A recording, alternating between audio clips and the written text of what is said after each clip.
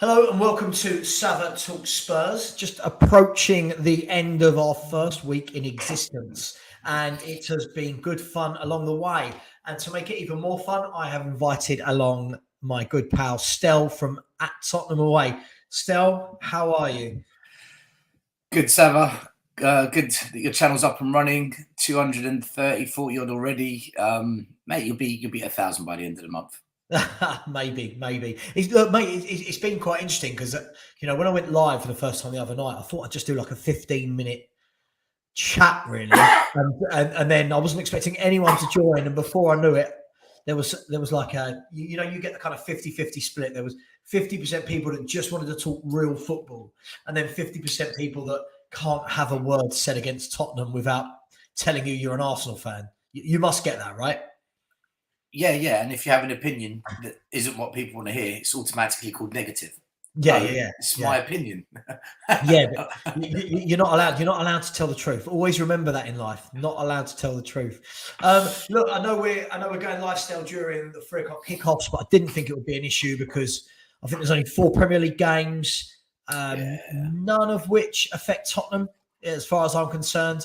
And I think only one of which affects the bottom of the table. So look, welcome along. Still, let's dive straight in. And to anyone who's watching, please, any questions you want to ask, whack them in the comments box. And you would know that myself and Stella are very big at answering questions that come in and discussing what topics you guys put into the comments box, because this is not a democracy. Even though Stel and I are always right.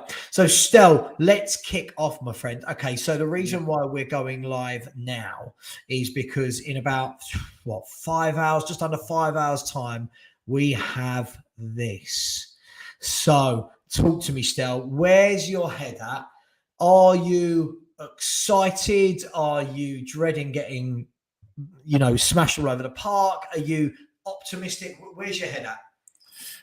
For me, we're going to lose the game. I'll go straight in and tell you straight. I am watching your show and listening right now. I'm just sharing the fact that you're live on my social so people can jump No worries, mate. Done. I don't think we're going to beat Liverpool, Savva. I know some fans are saying, I've got a good feeling we'll get something. And some fans are saying, no, I predict that we're going to win. We've won 6 times in over 100 years at Anfield. There's a reason, okay? How many managers have we been through in those 100 odd years? They can't all be rubbish managers, right? I think we're going to the best team in Europe right now, the best team in world football right now. I think we're going to them at the worst possible time. Their momentum is high. Everything's dropping for them. Even when they don't play well, they find a second, third gear out of nowhere and they get their job done. Yeah. Under the lights at Anfield at night, and on top of that, we're not very good, right? We're not a very good team. I know we get the odd result here and there, but the thought of Cess and Emerson against Trent and Robertson, the thought of Jota, Mane, Salah, all of them in their home ground against Dyer and Davies. Look, we might make a game of it. We might get a couple of goals. We might even have a bit of dominance for 20 minutes and we believe, oh my God, something's going to happen. By the end of the game, for me, we're not getting anything from this game. Yeah. Look, unfortunately, I'd love to be able to come on here and spread some positivity, but I don't even think it's negativity. I think it's more realism. I would say if we can get a draw, that for me would feel like a win. Yeah. Because they are that good. And like you said, we're not a good team. I think we are a team of moments. Would that be fair? We are a team that we have a couple of good moves in a game where Son and Kane or Kulusevski are linking up. But in terms of sustained play, our tactics, the way we keep the ball, the way we don't keep the ball, we're not that attractive to watch. We don't really penetrate teams. That leads me on to Stel. We talked about this a lot last week, right? And I will start putting some comments up in a second, guys. And hello to my friend Son over Salah, who seems to be my new best friend, and we disagree on everything. But I've said this to you for ages, Stel. The 2-man midfield that we go with, is that suicide today against Liverpool's 3? And if you were to play free, how do we incorporate that with the options that we've got? Right, for me, it's just my opinion, because I got criticised heavily yesterday on another stream I did for saying this. If we go with a two-man midfield, we might as well not come out of the changing rooms. Just let them have the win, and let's go home, save our energy for the North London derby, okay? Right. It is suicide, spot on. What I would do, and it's just my personal tactic that I would play, I would go 5-3-2. And I would play 3 holding mids, not 3 midfielders, 3 holding mids. Mm-hmm. And sadly, with regret, I would play wings. And the reason is there is no one else on the bench because our transfers are so bad. Skip's injured. You can't play Bergwijn or Moura holding mid. Winks is the only one. He's not good at it, but he's the only one. And the reason is when they attack us down the wing, either the centre-back has to go over to support Emerson or Cess, or the holding mid has to pull over. If the centre-back goes over, then there's a gap in the centre-back position now. So a holding mid has to tuck in. You can't leave one holding mid by himself because then they'll just put it in the middle. Runners coming in, we get overloaded. So you need to double up on the wide areas whilst protecting the position where the player moves out of. And the only way you can do that is by playing 3 holding mids. And then if we win possession, play not a long ball, a long pass to Kane and Son and hope we spring a counter. With 20, 30 odd minutes to go, by the way, I would drop Kulusevski to make this system work. With 20 to 30 minutes to go, and if we're still in the game, we've really got a chance, right, roll of the dice, bring on Kulu, go to 2 holding mids, just go for it. Do something and just go for it. Yeah. That's what I would do, and I'm saying that purely based on the players we've got and the team that Liverpool is. If we go 3-4-3, we're fucked. Yeah. Absolutely. So do you agree with this statement from Pete that if we go with 2 in the middle, it's going to be brutal? Or do you agree with my mate Savva Stel with we have a good spine? Because I feel that if there's one thing Tottenham don't have, it's a good spine. I don't know about you. What's the Savva Stel? Can you comment? What is the spine? What players make this spine up? I mean, because at the centre of the back 3 is Eric Dyer. That is not a spine. Yeah. That is not a spine. So apparently we're playing a 3-5-2. Mark Swift says, what's cooking, Chef Stel? That I think, do you know what, Stel? We're just before we go back to Tottenham Liverpool, I think what I love about you is I think you're a little bit like me. And I don't just mean from a Greek perspective. I mean, when I was watching your show the other week and Spurs had just lost and you were giving it the whole, we're cooking and Arsenal are getting top 4, and I could just see all the comments coming in of people hoping we do it, not because we're Spurs fans, but just so they can come on. Prove me wrong. You're wrong. Now, the reason I bring that up is, look, first and foremost, I agree with you, right? I agree that we are an inconsistent team. We are a team of moments. We're not a great team to watch. We're not a great team. Now, with that being said, is there, and look, I don't believe this, but it wouldn't be right for me as the host of a show to not ask these questions. Can we do what we did to Man City when everyone was saying the same thing, that we're going to lose, we're writing them off? Like I said it, you probably said it, and many said it.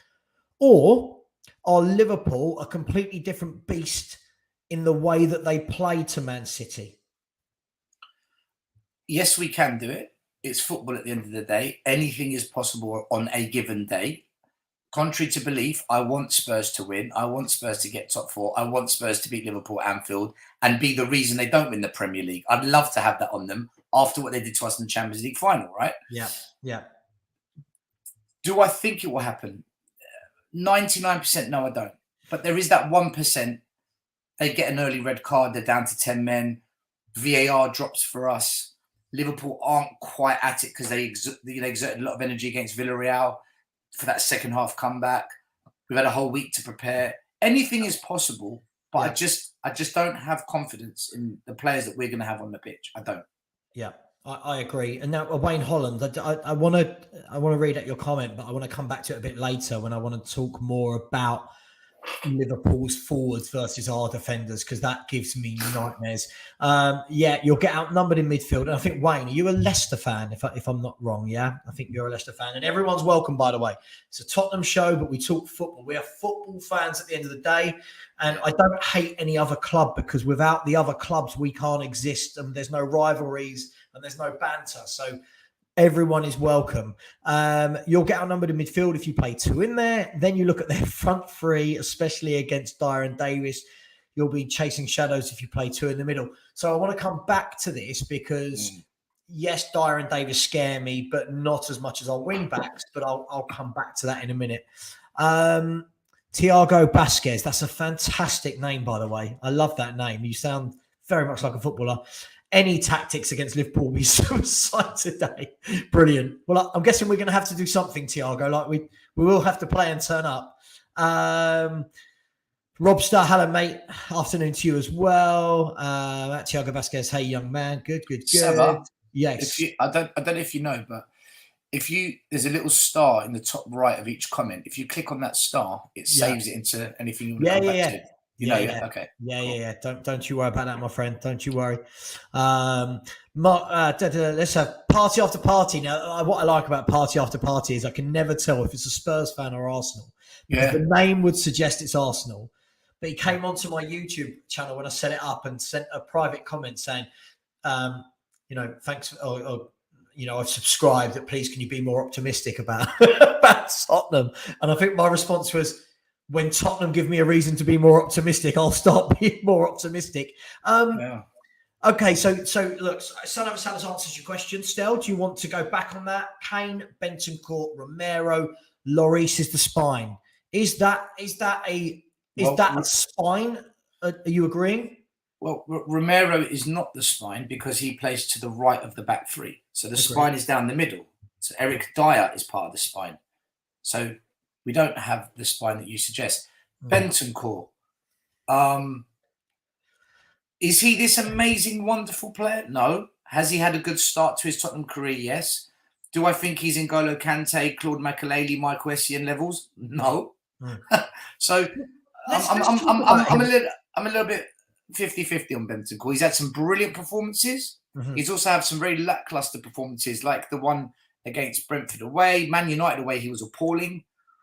But he's also had some really, really good games as well. So he's kind of there for me. Let's talk about him then while somebody's brought him up. And look, as always, I always say, look, you guys and girls in the comments, tell Stel, Bentancur, where are you at with him? I'll tell you my opinion in a minute. But Stel, Bentancur, I think he's arrived. He's settled in well. Yeah. For me, I think it's a case of he looks like a wonderful footballer. He looks technically very good, very comfortable on the ball, good touch, good pass. I think what you just said, though, was nail on the head.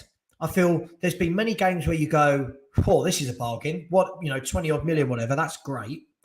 And then there's been many games where I think, oh, God, he's got completely lost in there. Yeah. Now, I always caveat, everyone who watches my show will tell you all the time, I caveat everything, because I think it's important to not just use emotion. It's important to use some context. So I'm going to ask you this. Does Bentancur get lost in games?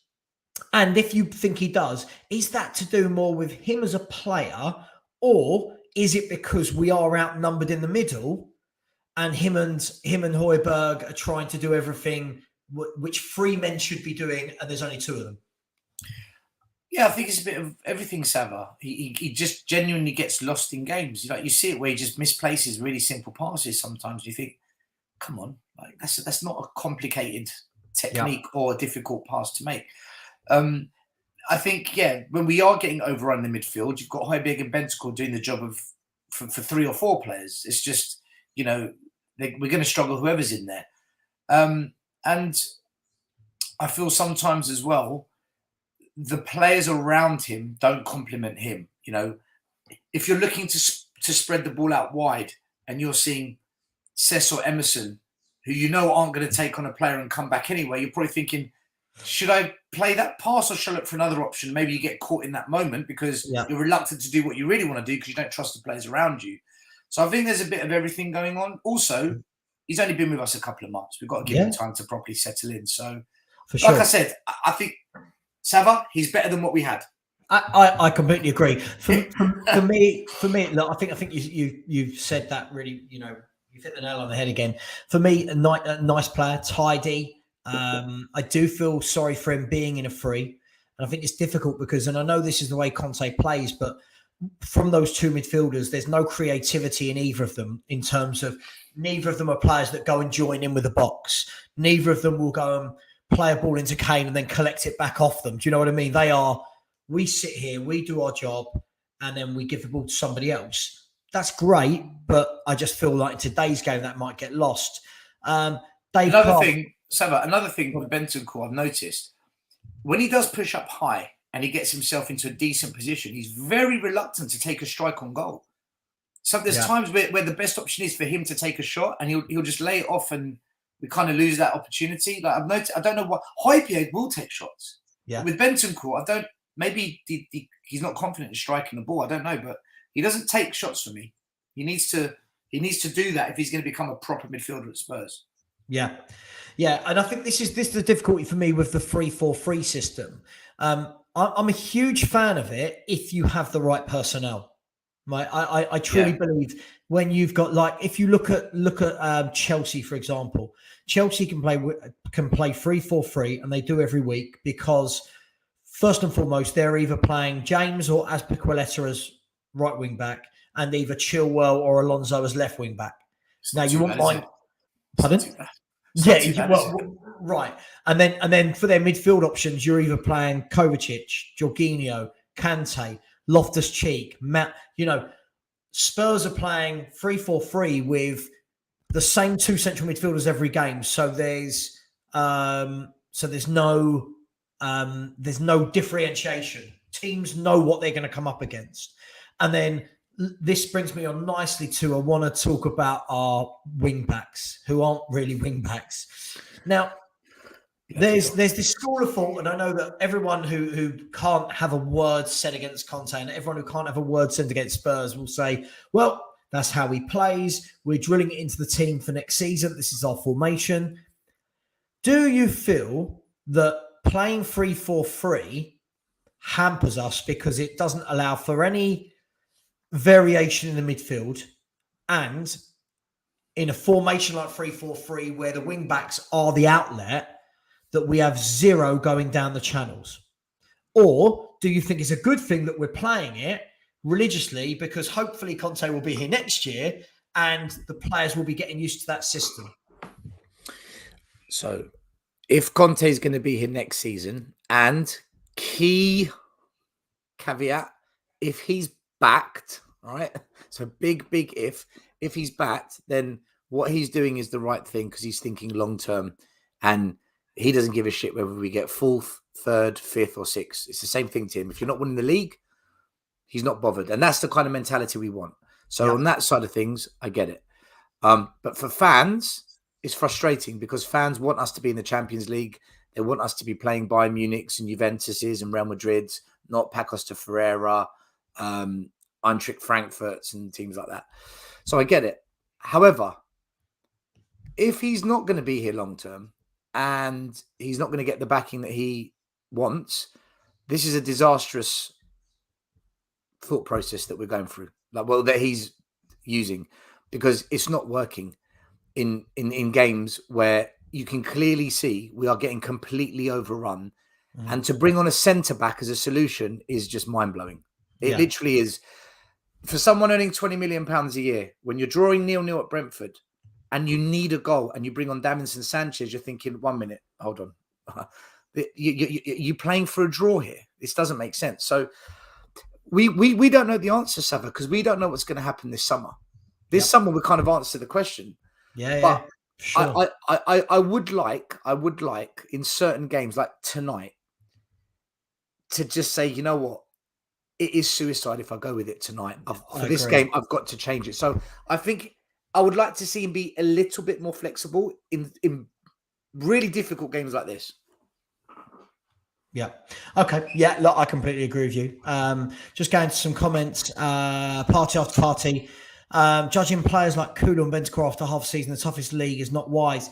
I feel, again, I always feel it's important that people listen to the context. I don't feel that Stel and I at any point have said that we don't rate either of them. I don't think we've even talked about Kulusevski, but Bentancur, as we said, good player, very good player. For me, I feel that he needs to be part of a free. But that's just me. I feel like he needs that, and I think technically he looks very good.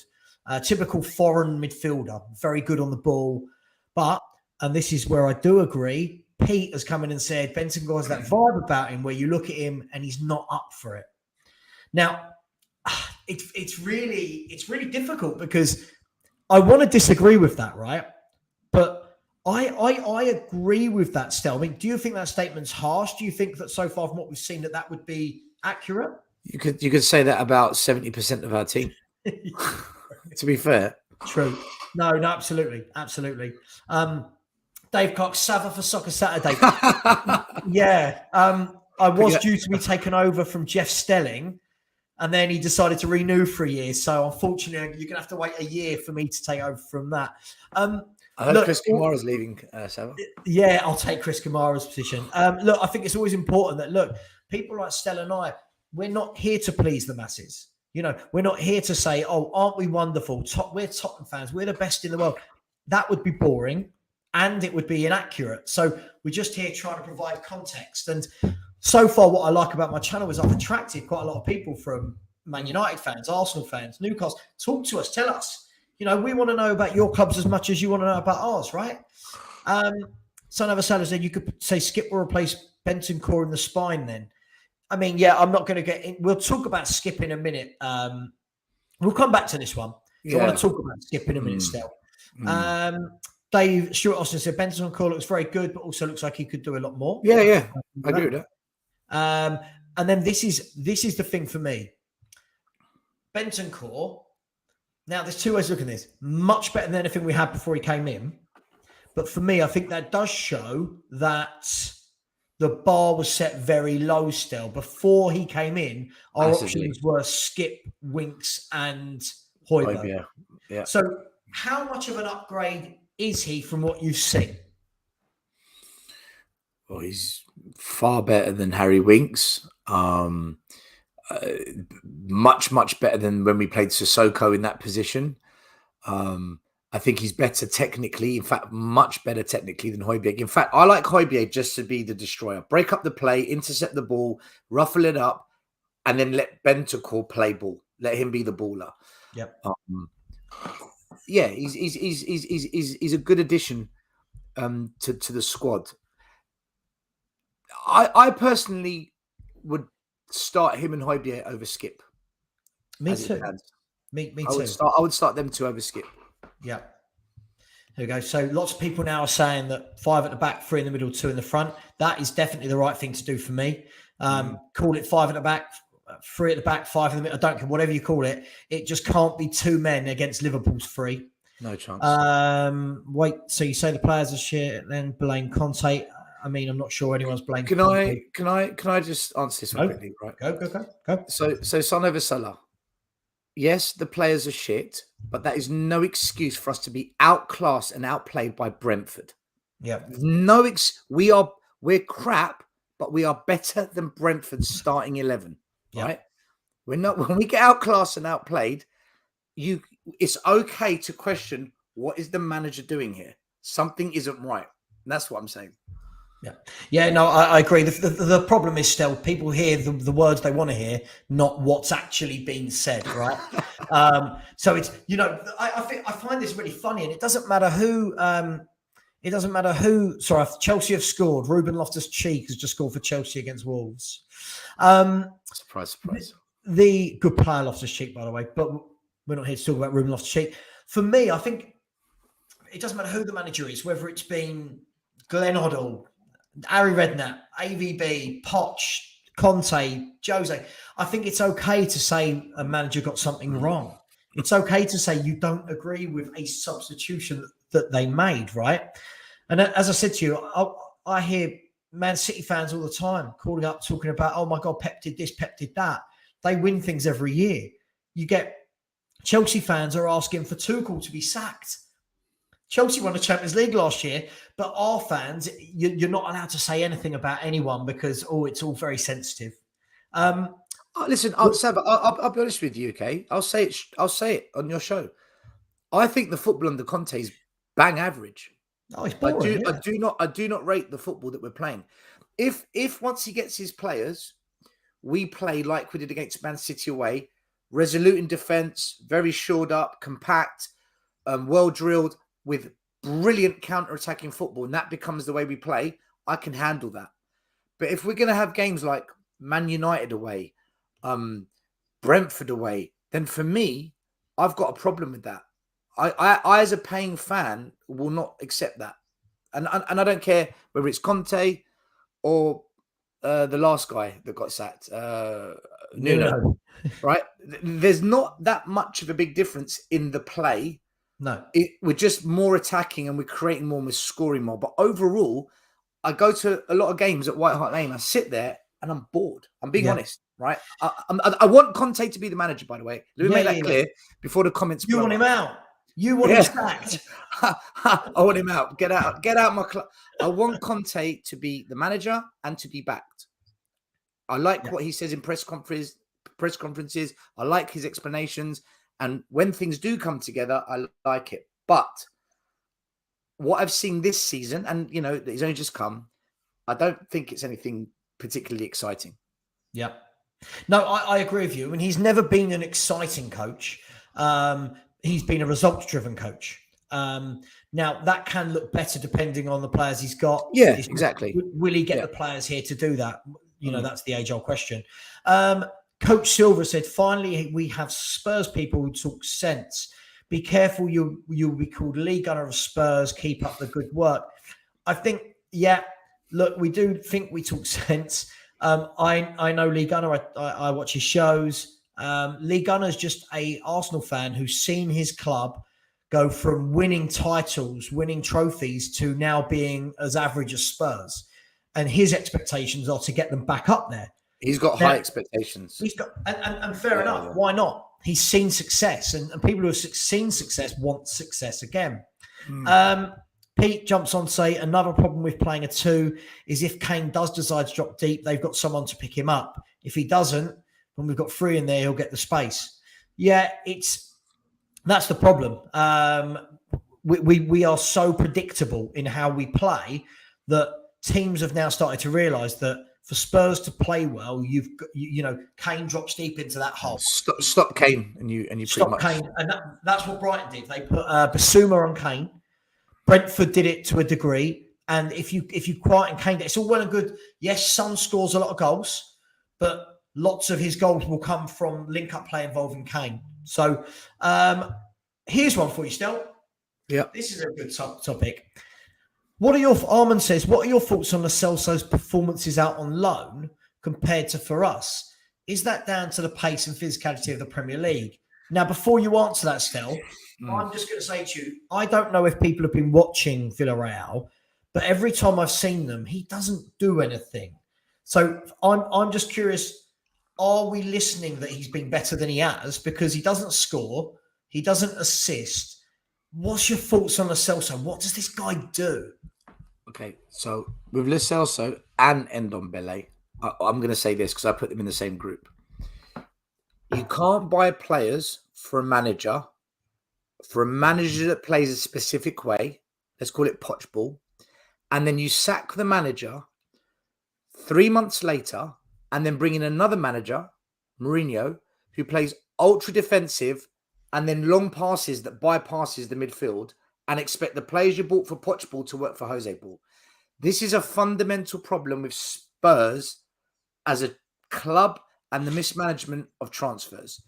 Then you get rid of that manager and then you bring in Ryan Mason ball, which no one knows what that is. Then you bring in Nuno ball. Then you say, right, actually, let's go with Conte ball. These players are getting lost in translation. And if you look at it, who has actually shone during this whole process other than Son and Kane, who are world class? Nobody. So for me, you can't be buying players for a particular manager and then you change the manager. for someone with a completely different way of playing. I think Lo Celso is better than what we've seen, personally. I think Ndombele is better than what we've seen. Ndombele's attitude, though, stank, and he had to go. Lo Celso, I just think he needs to be in a settled team, playing week in, week out under one manager. And in what position, Stel? Where does he fit in? So for me, behind the striker. Okay. I'm not saying he'd be great, and I'm not saying we've missed a trick, and I'm not saying we should bring him back. But I just feel when you've got unsettled management, unsettled squads, unsettled ins and outs, it's very difficult for. I think he's just gone to a club and he starts every game and he's settled, and he's probably doing better there than what he was with us. But is that better good enough for us? I don't know.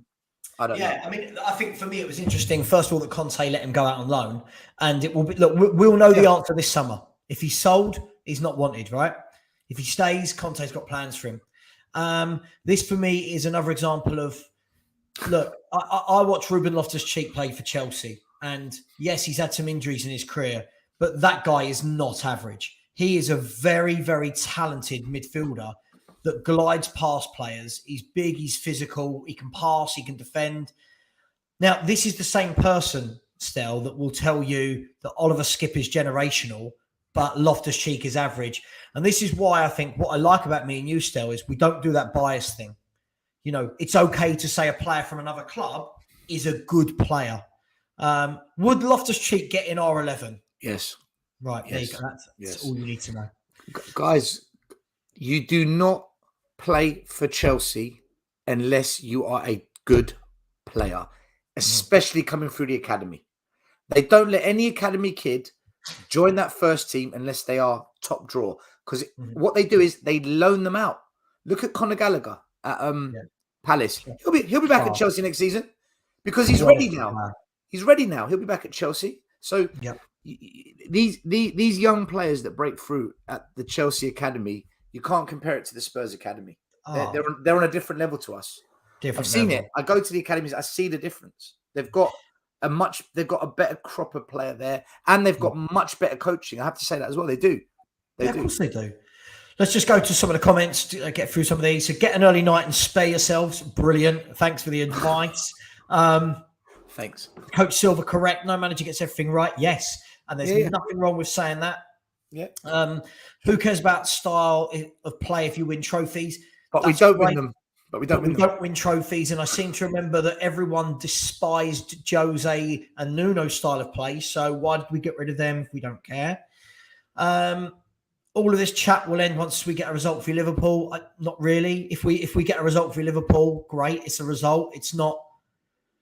If we beat Liverpool, I don't all of a sudden go, oh, all of my beliefs about Tottenham have been wrong because we've won a game. Can I just remind everyone as well? If we do get top four, guys, if we do, right? It's not impossible. If we do get top four, that is not success. You don't get an award for it. We had 5 years of top four. Unless we are competing for silverware and getting to regular finals, what are we doing? What are we supporting here? Yeah. And we need to remember that because we get carried away with this whole top four is a trophy bullshit. Yeah. Yeah, I agree. And Daryl makes a good point. He says, who cares about style of play if you win trophies? Question.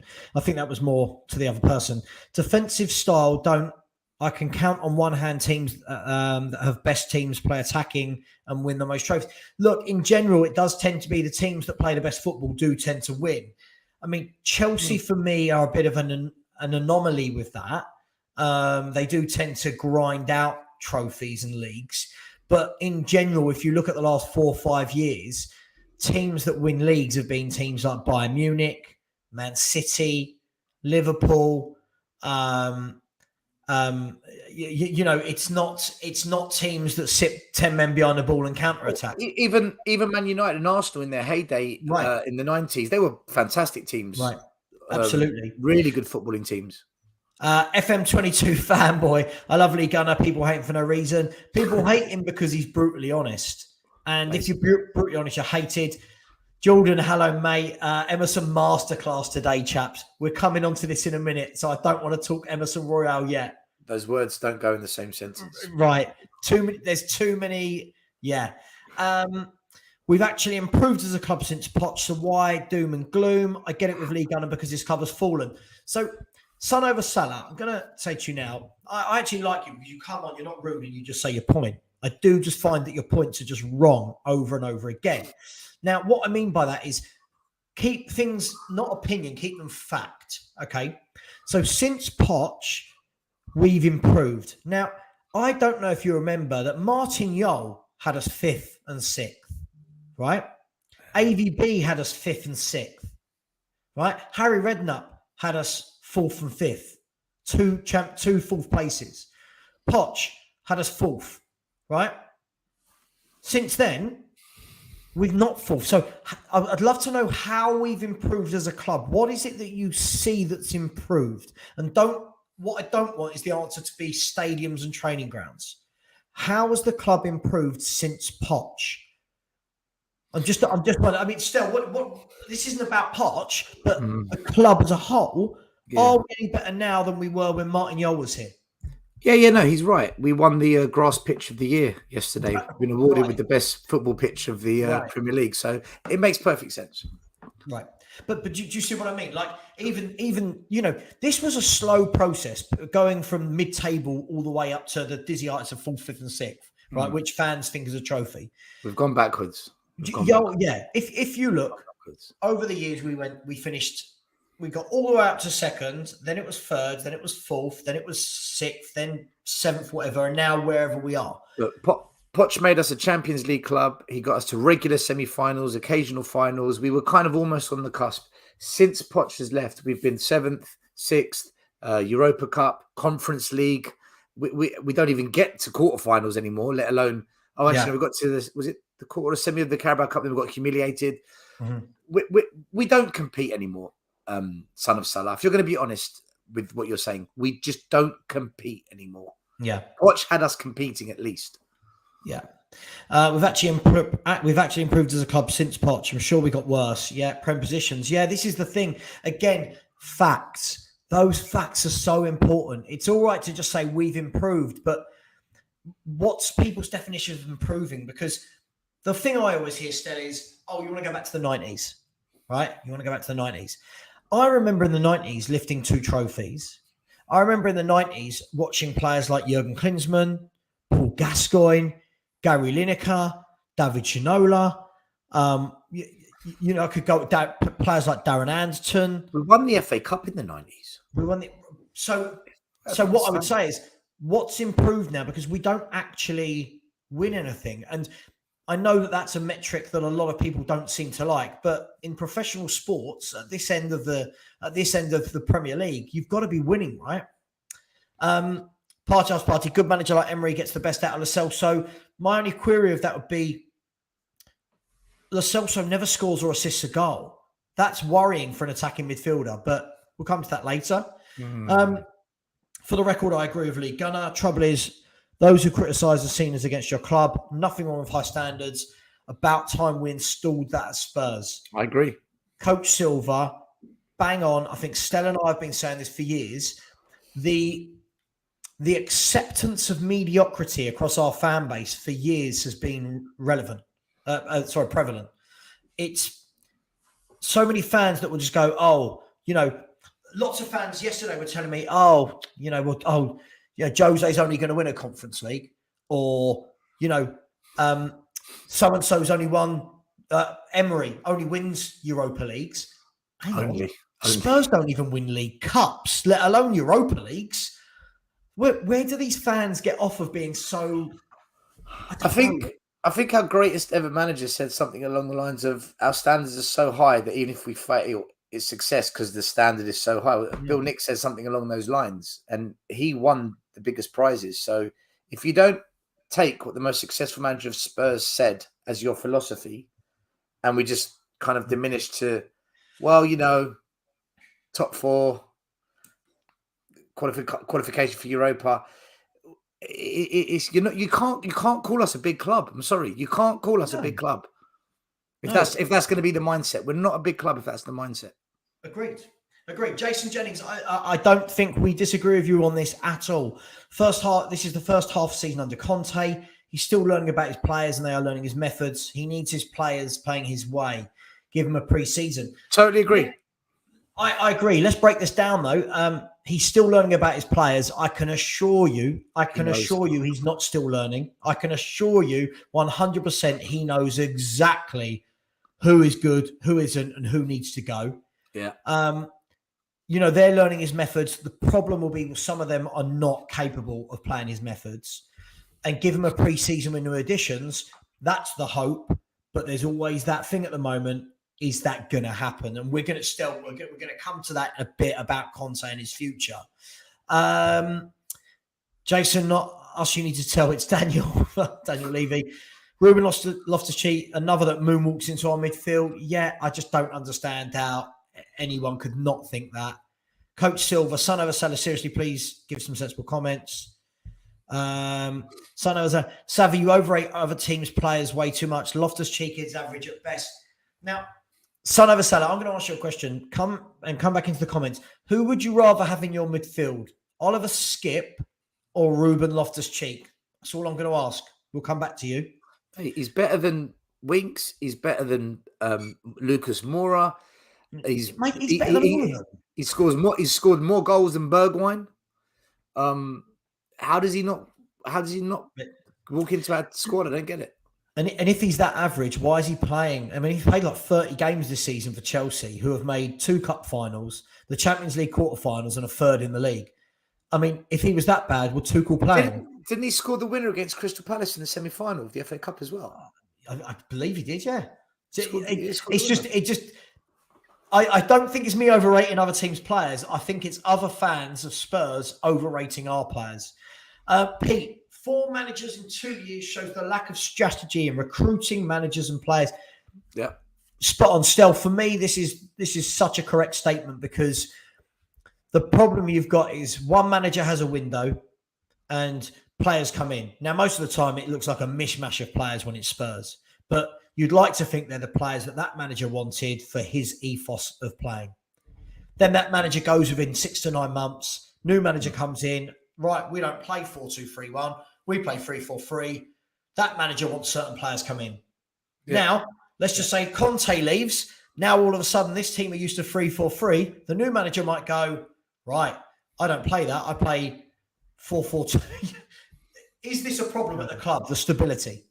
Of course it is, because Daniel Levy won't say what you said. Daniel Levy will say, right, let me find a manager that can make these players work. Well, what if they don't work? Because you've just sacked the last manager because they didn't work. So now you're going to find someone. And it's just... Savva, I actually said, when we sacked Nuno and Conte came in, I said, there's no plan here. This is a panic signing. Are you telling me we sacked Nuno and in 24 hours we brought in Conte, and in that 24-hour period we drop a 4-year plan of how we're going to recruit, what we're going to do, what kind of manager we want? We just hit the panic button and said, right, how do we save ourselves from the fans turning against us? And they had to make Conte work. They paid him 20 million. He got his 15-man coaching team. He's come in, and now they're hoping Conte will give them all the answers, but will he give them the answers that meet what the club's prepared to do? Yeah. And this is what we're waiting for this summer. There's never been a plan for the footballing team ever. They got lucky with Poch. They got very lucky with Poch. They got lucky that he punched above his weight. But since then, Mourinho clearly was the wrong manager for the club, the wrong style of football, and all the transfers were horrific. Horrific transfer window. Nuno, catastrophic signing. Conte's a panic signing. There is no planning. There's no strategy. It's hit and hope, hit and hope, hit and hope. I agree. Sorry, I don't want to miss people's comments out because I believe that's what it should be about. If watched Gardel a few times this season and his defending seems suspect at times, what's your take on the rumours that he's our number 1 left centre-back target? I've seen this guy play a few times. He looks okay. He looks decent. I'd like to see him. I mean, look, it's the same as anything, right? I won't give an opinion on a player unless I know categorically, but I just know that this guy is better than Dyer and Davis. That's all I know. Can't be worse. So, OB said, we beat Liverpool and lose to Burnley. That does sound like Spurs, doesn't it? That's about right. That sounds right. Son of a Salah's back. Yeah, because Jose is awful now. The man's crying because Roma in a Conference League final. I mean, I never said he was awful. I said he was the wrong manager for Spurs. No, he's not. He's not saying that to you, mate. Oh, he's saying that he's just defending belittling Jose. He's just belittling him. What I would say is, I take it back, son. I'll say there are Spurs fans like you, son of a son, that are still crying that we made a Champions League final 4 years ago. A trophy is a trophy, and this man is one game away from winning a trophy that we couldn't even get out of our group of Rennes, Mura, and Vitesse Arnhem. So when we say he's crying about the Conference League, this is why he's a winner and fans like you are not, because he will win a trophy at all costs. Yeah. He got us to a cup final and we sacked him. That is Spurs. Is Spurs all over. How is that not a sackable offence for the chairman? How can any chairman of a club, the board of directors, not demand he step down? Yeah. After do you know what, Savva? It beggars belief that you sacked a manager 5 days before, and you put a 29-year-old novice who's just about got an Oyster card in charge of the team. How have the board of directors not said, we need to remove this chairman? That is what's my favourite saying? We've got the club we deserve. No, I don't mean me and you. I mean fans that belittle, like say, good, that was a good sacking. Fans that back Enoch, they've got the club they deserve.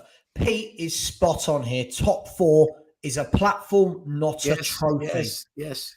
Our fans have to stop. No, I'm going to strip that back. Not our fans. All fans of football teams have to stop thinking that finishing 4th is success.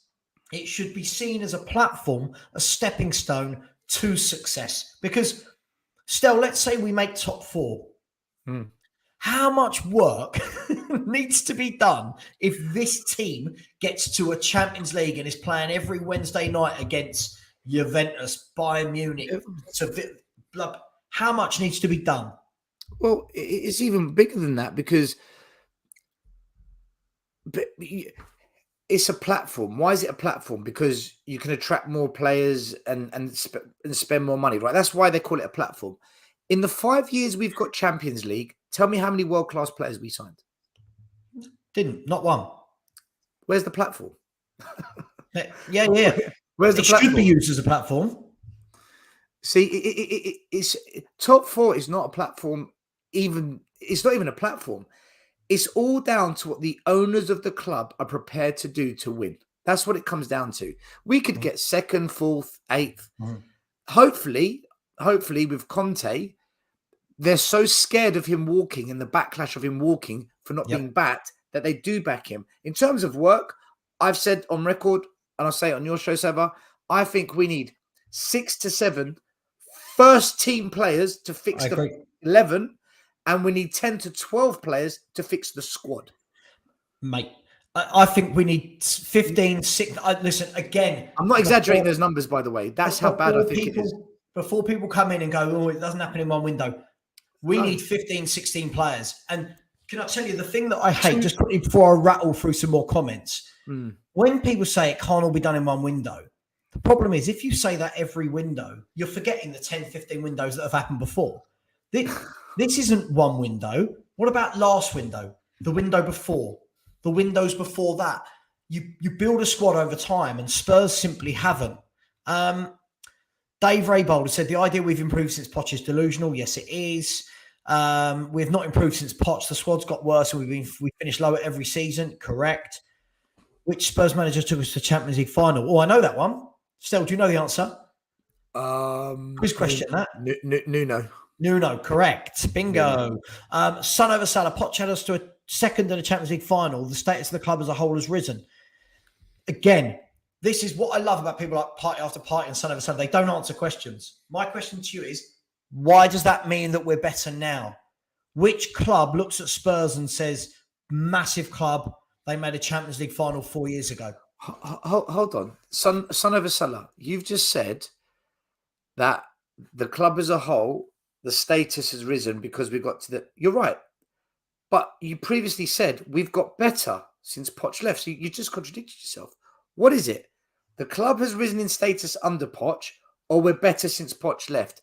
I just feel now you're putting comments out there just to create controversy. There's no substance to your comments at the moment. Yeah.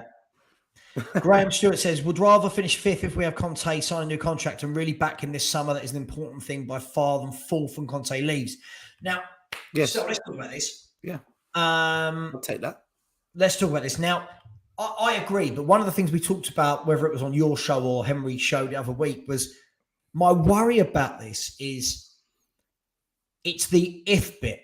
If we finish 5th and if Conte signs a contract. Because if we finish 5th and he doesn't, then all of the last couple of years means absolutely nothing, right? Also, just quickly before I bring you in, Stel, also the thing for me is if we finish 5th this year, you've then got City and Liverpool that are going to go again and we're nowhere near. Chelsea will strengthen when their new owners come in. And either way, they're going to have players like Gallagher going back and have got a decent squad. Arsenal will then have top 4 and will strengthen and would have handed Champions League to our rivals. Mm-hmm. United have got a new manager and they will start to improve and bring in better players. Mm-hmm. Newcastle are going to spend. Now, I'm not saying, again, I'll caveat this. I'm not saying immediately next season, but give them a couple of years. They're going to be in and around that 4th spot. Yeah. Right. Leicester are talking about a rebuild. So my worry is if we don't finish 4th in this really poor Premier League season, yeah, is this the best chance blown? For me, the answer is no. And the reason I say no is because regardless of where we finish, Conte has to be backed. If he signed a contract that he would only be backed if he got us 4th, then he I was about to say he's an idiot. He's not an idiot. But then that's on him. That's on him. Because you have accepted being backed based on certain terms and conditions, which are so freaking difficult to deliver. Top 4 with this lot is tough. So for me, I don't care. If he comes 2nd, 5th, 8th, and even if he was to walk, the next guy that comes in, the build, because we never built in the first place, the build needs to happen under no matter which manager's in place. So it doesn't matter where we finish. This build has to happen. Because, look, if Conte walks, the situation gets much worse because then Kane's gone. How do you replace Kane? Who in world football can do what Kane does for us? There's no one right now. So let's move that on then to, yes, just quickly, True Blue 849.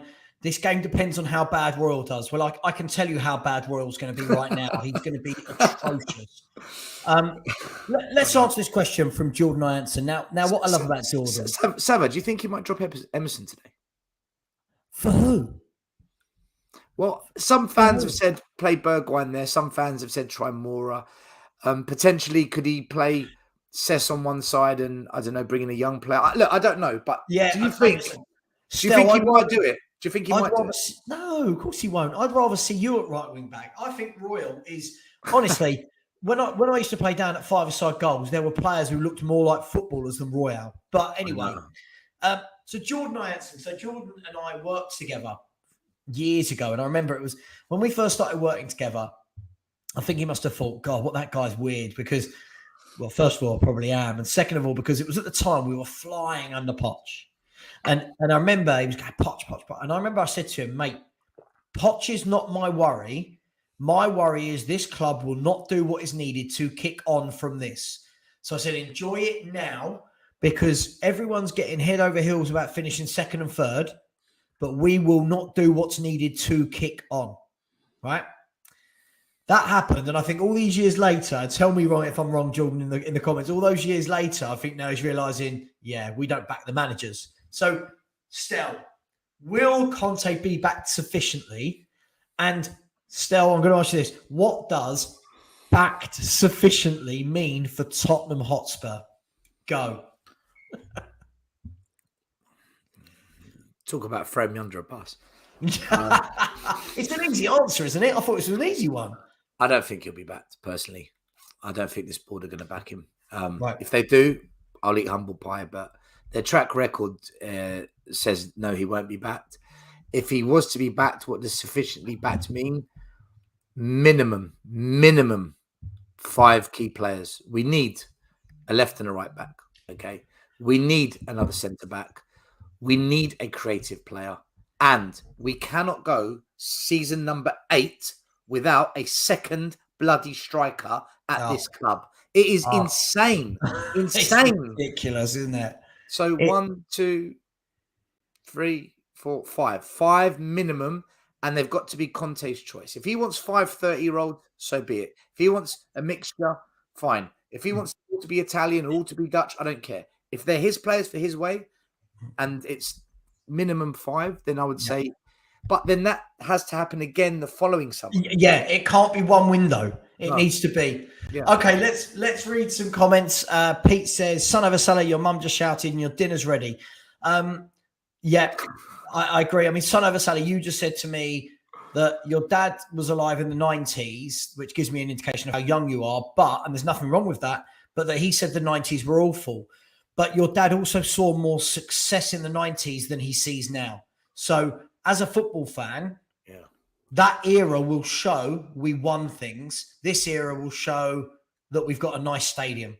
24Z has said there's nothing else to learn about the terrible players. Correct. Daryl has said, I judge a player how they play, not because they're wearing a Spurs top. Agree. Yeah. Simply Ace, I would take Conference League over top 4, 0 trophies over 14 years and still counting. Now, Stel, when you put it like that, how embarrassing is that?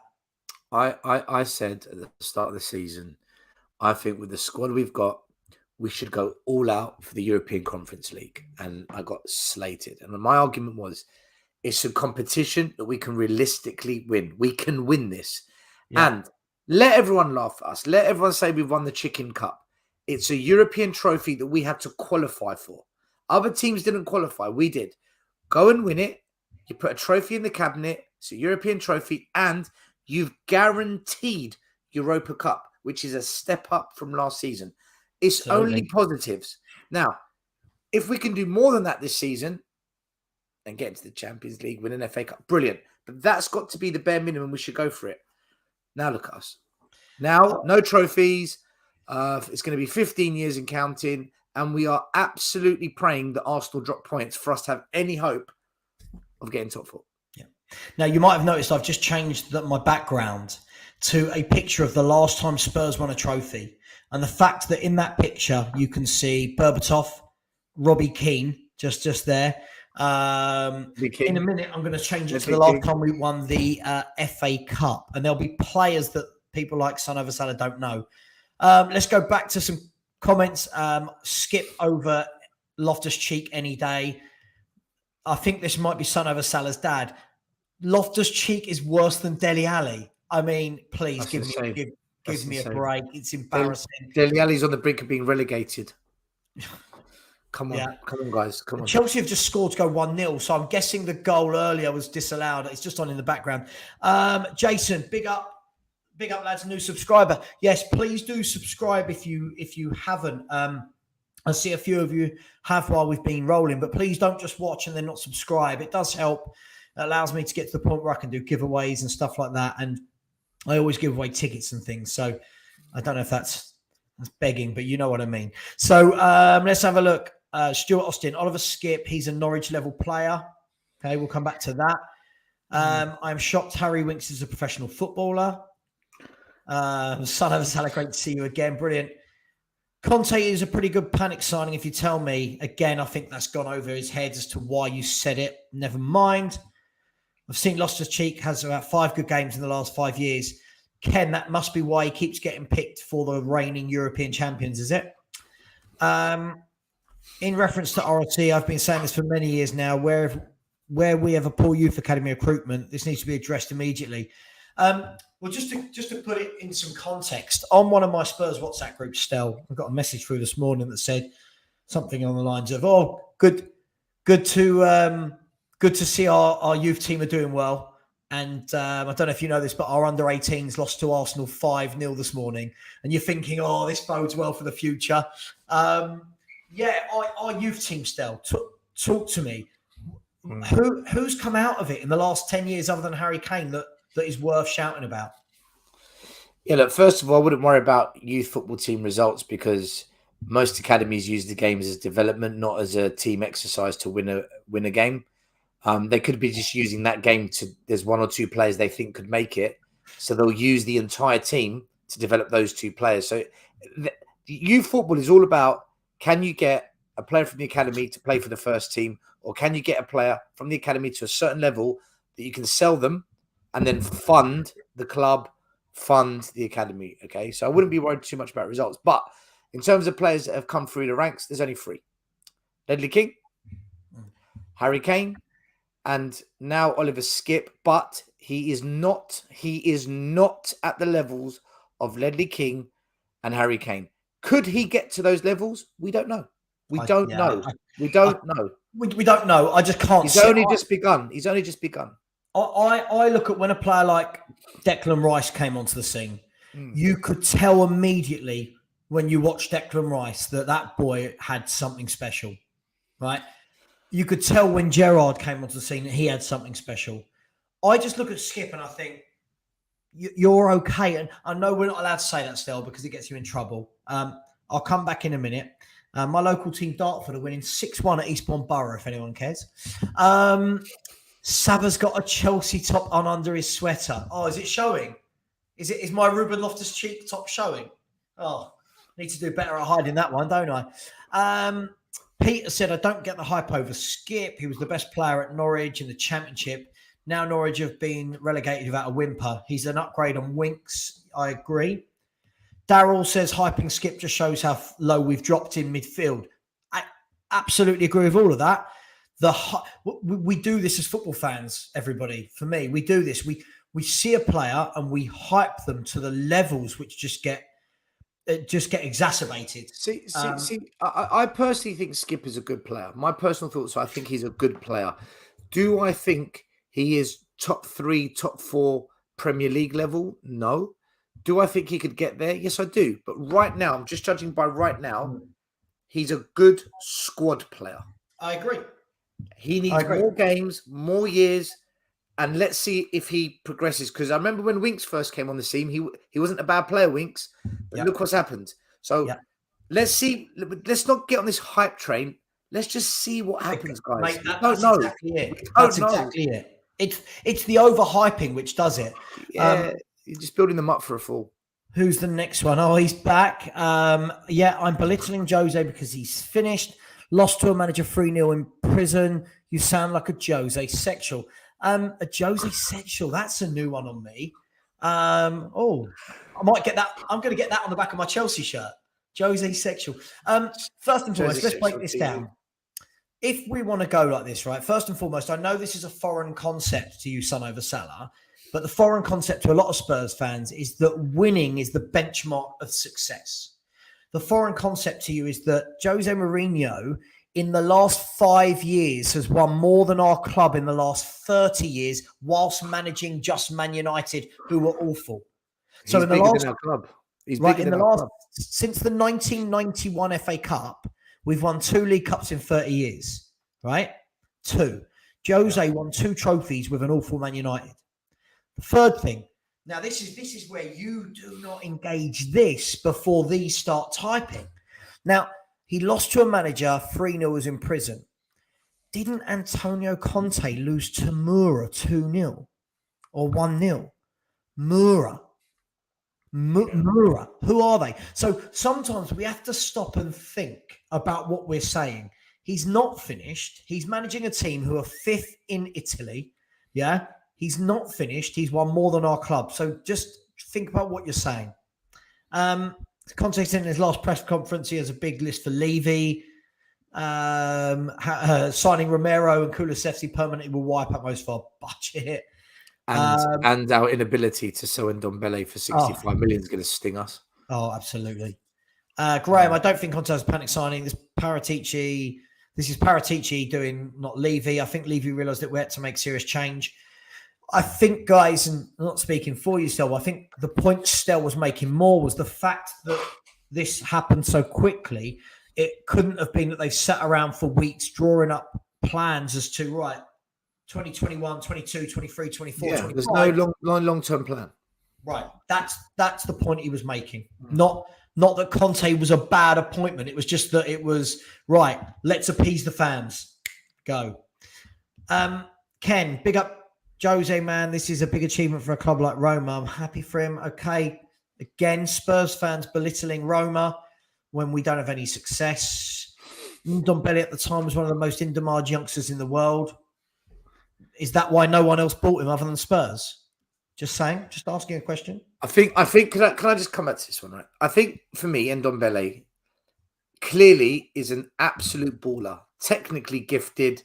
His movement, his balance for his body size is unbelievable. He could have been and should have been the Moussa Dembele replacement. However, in the scouting, there was a big oversight in his attitude, especially when the chips are down. His attitude stank. And unless you've got this is the way I look to when I coach a player. This is the order in which I tell them they need to operate: attitude first, work rate second, teamwork third. If you haven't got a good attitude, you're not going to work hard. If you don't work hard, you're not going to track back and make runs to support your team. Therefore, there's no teamwork. If your attitude stinks, it all comes crashing down. And with Ndombele, as much as I backed him and defended him, in the end, even I said, this guy's attitude fucking stinks, man. The scouts failed to look at the psychological side of the player. For me, Musa. Oh, I'm not going to put them two in the same sentence. For me, Tanguy Ndombele is the perfect 5-a-side or 7-a-side footballer. I think if you watch YouTube, you go, wow. I think if you actually watch 11-a-side and look at his output, you go, well, there's nothing there. But technically, there's no doubting the man's got ability. Savva, do you know what, though? You say that, but when he was at Lyon, I watched him in the Champions League. He was unreal, controlling games. And then I also think, under Mourinho, he had some decent performances and scored some good goals. I think the player's there, but I don't know who it is. He needs a manager that's going to push him to that level, but his attitude is rotten, man. Listen, all I know is if Jose tried his best and then he dropped him, Conte at the first opportunity has released him. Let's have a look. Daryl, only the booze got Conte in. Con Paratici bought in Nuno, let's not forget. God, you guys dramatise everything. I mean, if being honest is dramatising, I think bigging up Oliver Skip, thinking that we have got better in the last 4 years, I think that's dramatising everything. I was about to say that. Club been winging it for 2 decades. It does very much feel like that. We need to do things the way Liverpool did it. Trust the manager and buy quality players over a number of windows. I agree. And this is what people like Stel and I said, Graham, back 5, 6, 7 years ago when we were finishing second or third. It was right. You've got a good 11. Now every window, supplement that with 1 or 2 top players. But our fans, I can guarantee it was the likes of Son over Salah, would be sitting there going, yeah, but who gets into this 11? Who's going to sit on a bench? Oh yeah, they were happy with Ben Davies coming on as a sub. Oh, he's Mr. Reliable. He's not good enough. Yeah, he's not good enough. Ben Davies does not get into Liverpool, City, or Chelsea, and they're the 3 clubs we need to chase. He doesn't get into any of them. Here's a good one. Regarding your comments on Henry's show regarding wow players that the academy fails to produce, would you not consider Bentaleb and Edwards in that category? Both decent. I mean, Edwards, I think, was more, they said, about attitude. Bentaleb was just another run-of-the-mill midfielder. Winks, Skip, Mason, Bentaleb, Carroll, Livermore, Marnie, O'Hara. If you look at the last 15 years, it's just been a conveyor belt of very mundane midfielders. That's not what I said, by the way. What I said was Spurs look to develop players with a wow moment. So if a game's tightly locked and it needs a wow moment, they try and develop those players, a Bale, a Modric. And yes, Marcus Edwards and Bentaleb had those wow moments. The problem we've got at Spurs, and this is what I said, Ashraf, for them to make the leap from kids football to adult football is the hardest part of the whole process. Developing them, loading them up with skills, staying in the academy process. Can you make the leap now to adult football? No one knows if a player is going to do that. The only thing you know is when you actually try it. But the problem is, because at Spurs, we sack the managers every 2 years. Every manager that comes in is under pressure to get top 4. So if you're under pressure to get top 4, Are you going to take a punt on a kid who is in their development process, or are you going to stick to reliable, experienced players? You're going to stick to reliable, experienced players. So where do the players get that final bridge in their development? At a club like us that can't take that risk because the manager's head's going to be on the line if he doesn't get top 4, or do you go to a Norwich, spend a year there and try and bridge the gap there? Spurs send the players to lower levels. Yeah. That is because the owners will not stand by the manager long enough to allow the manager to integrate those young players into that team to see which ones would work. It's a failure at the top. And that's why I said Ashraf. I never said we don't develop well players. I never said that. I think you're saying I said it. I probably did. Savva, in terms of the final piece of the jigsaw, no, we don't. You're right. No, we don't. We never do. But that's because the manager's under such... Look at Nuno, sacked after 10 games. Look at the pressure the manager at Spurs are under.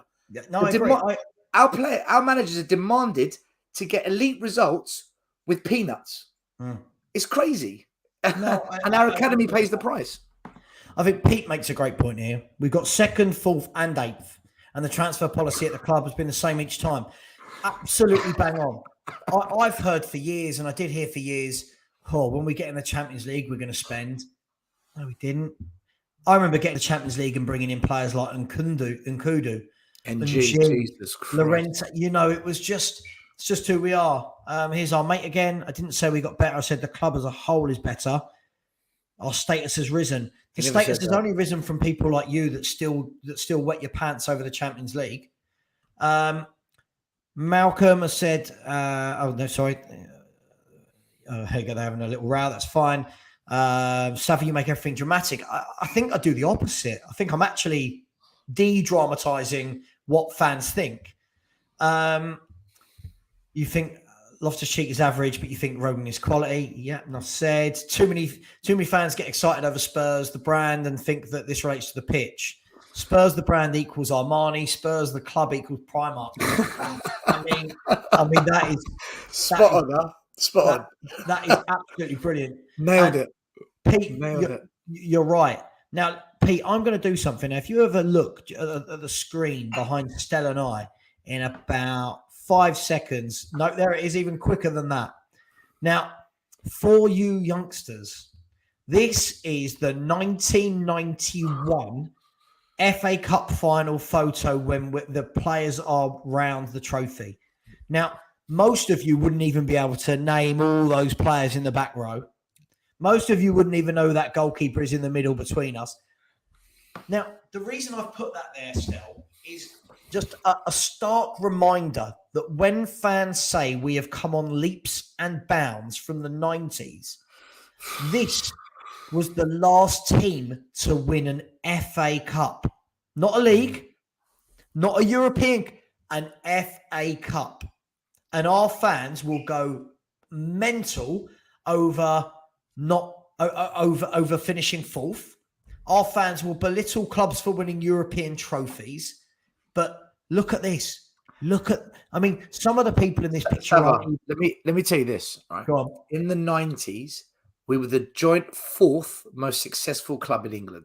Yep. We had won more FA Cups than Arsenal, more League Cups than Arsenal, more European trophies than Arsenal, and more Community Shields than Arsenal. The only thing Arsenal had in us was league titles.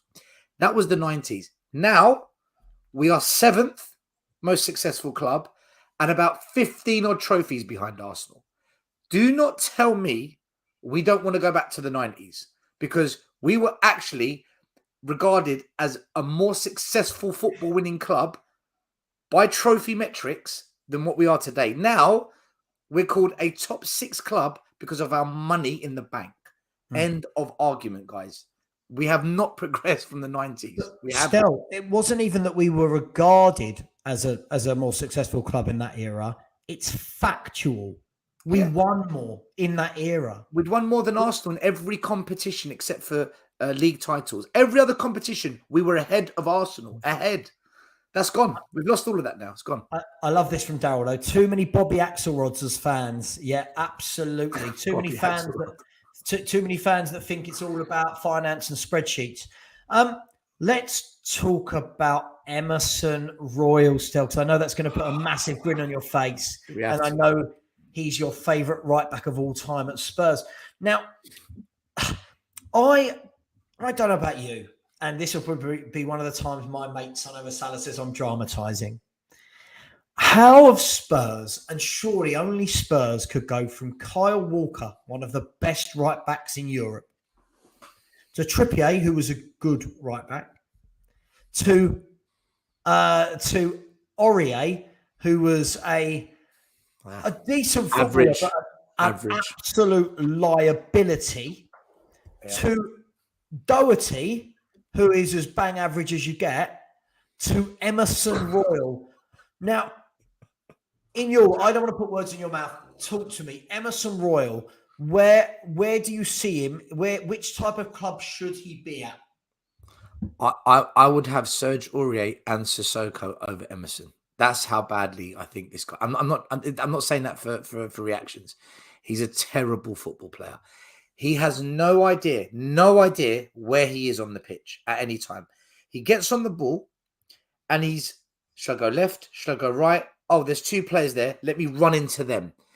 He has no navigation, no game. He has no pitch geography capabilities. I honestly believe, Savva, he walks down the tunnel and he comes out the tunnel for match day kickoff. He's like, what? Am I in a stadium? Is this a football pitch? Yeah. He hasn't got a clue.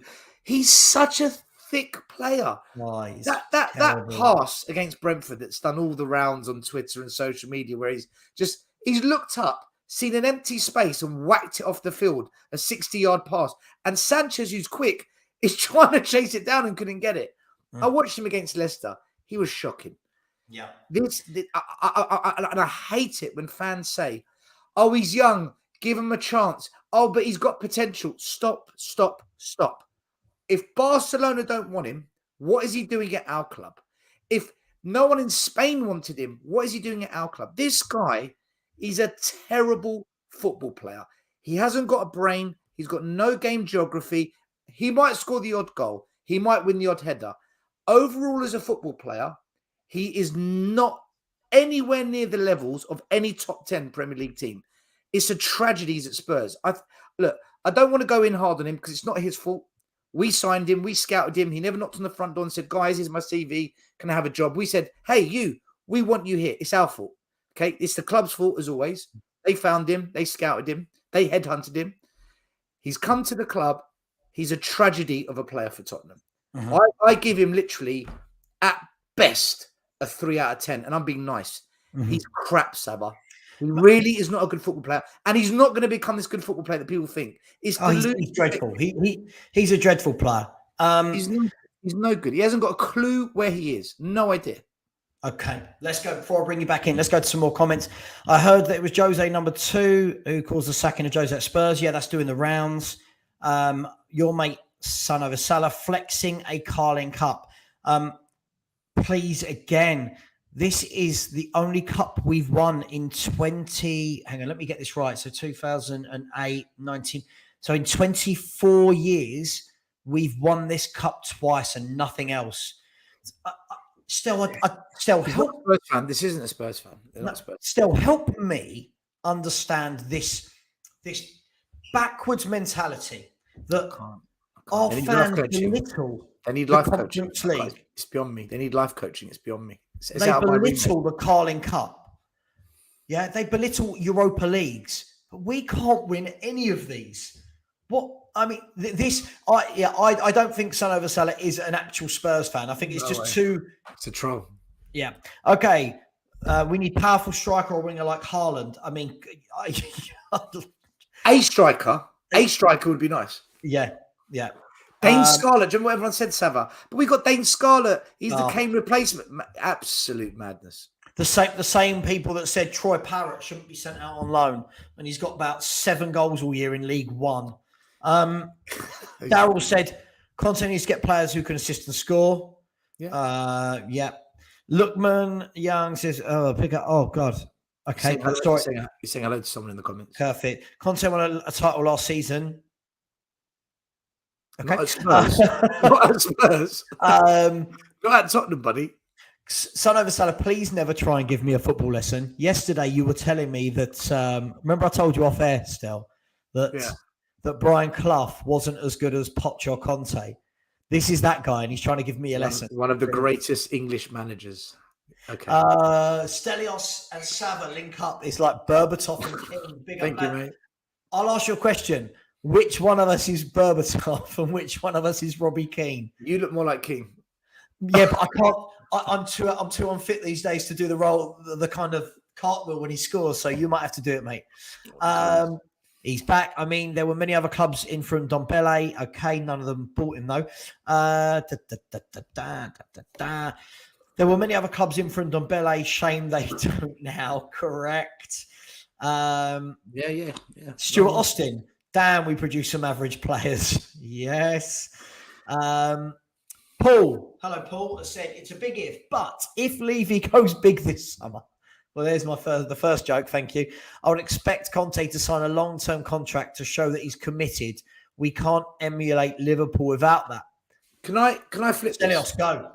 Can I flip this? Sam, I'm going to ask you a question. If you're the chairman of Tottenham, could you possibly commit £200 million to spending without the manager committing long-term first? Would you sign off on £200 million for a bloke that could piss off in 6 months? I think it's actually the other way around. I think you would need, first and foremost, this is all a hypothetical game because we all know Daniel Levy. But let's just say, say Daniel Levy turns around to Joe Lewis and goes, Joe, we've never done this before, mate. And I know we don't like spending money, but I think we should give Antonio Conte 200 million plus whatever we make in sales. Yeah. Now, the first thing I'd be saying is, right, well, you get that guy in, you get Conte in, you sit him down and go, right, I'm going to give you 250 million. You have to sign on this contract, and I want all sorts of clauses that make it impossible for you to leave in the next 2 years. Right? I can't see it. Here's an interesting one.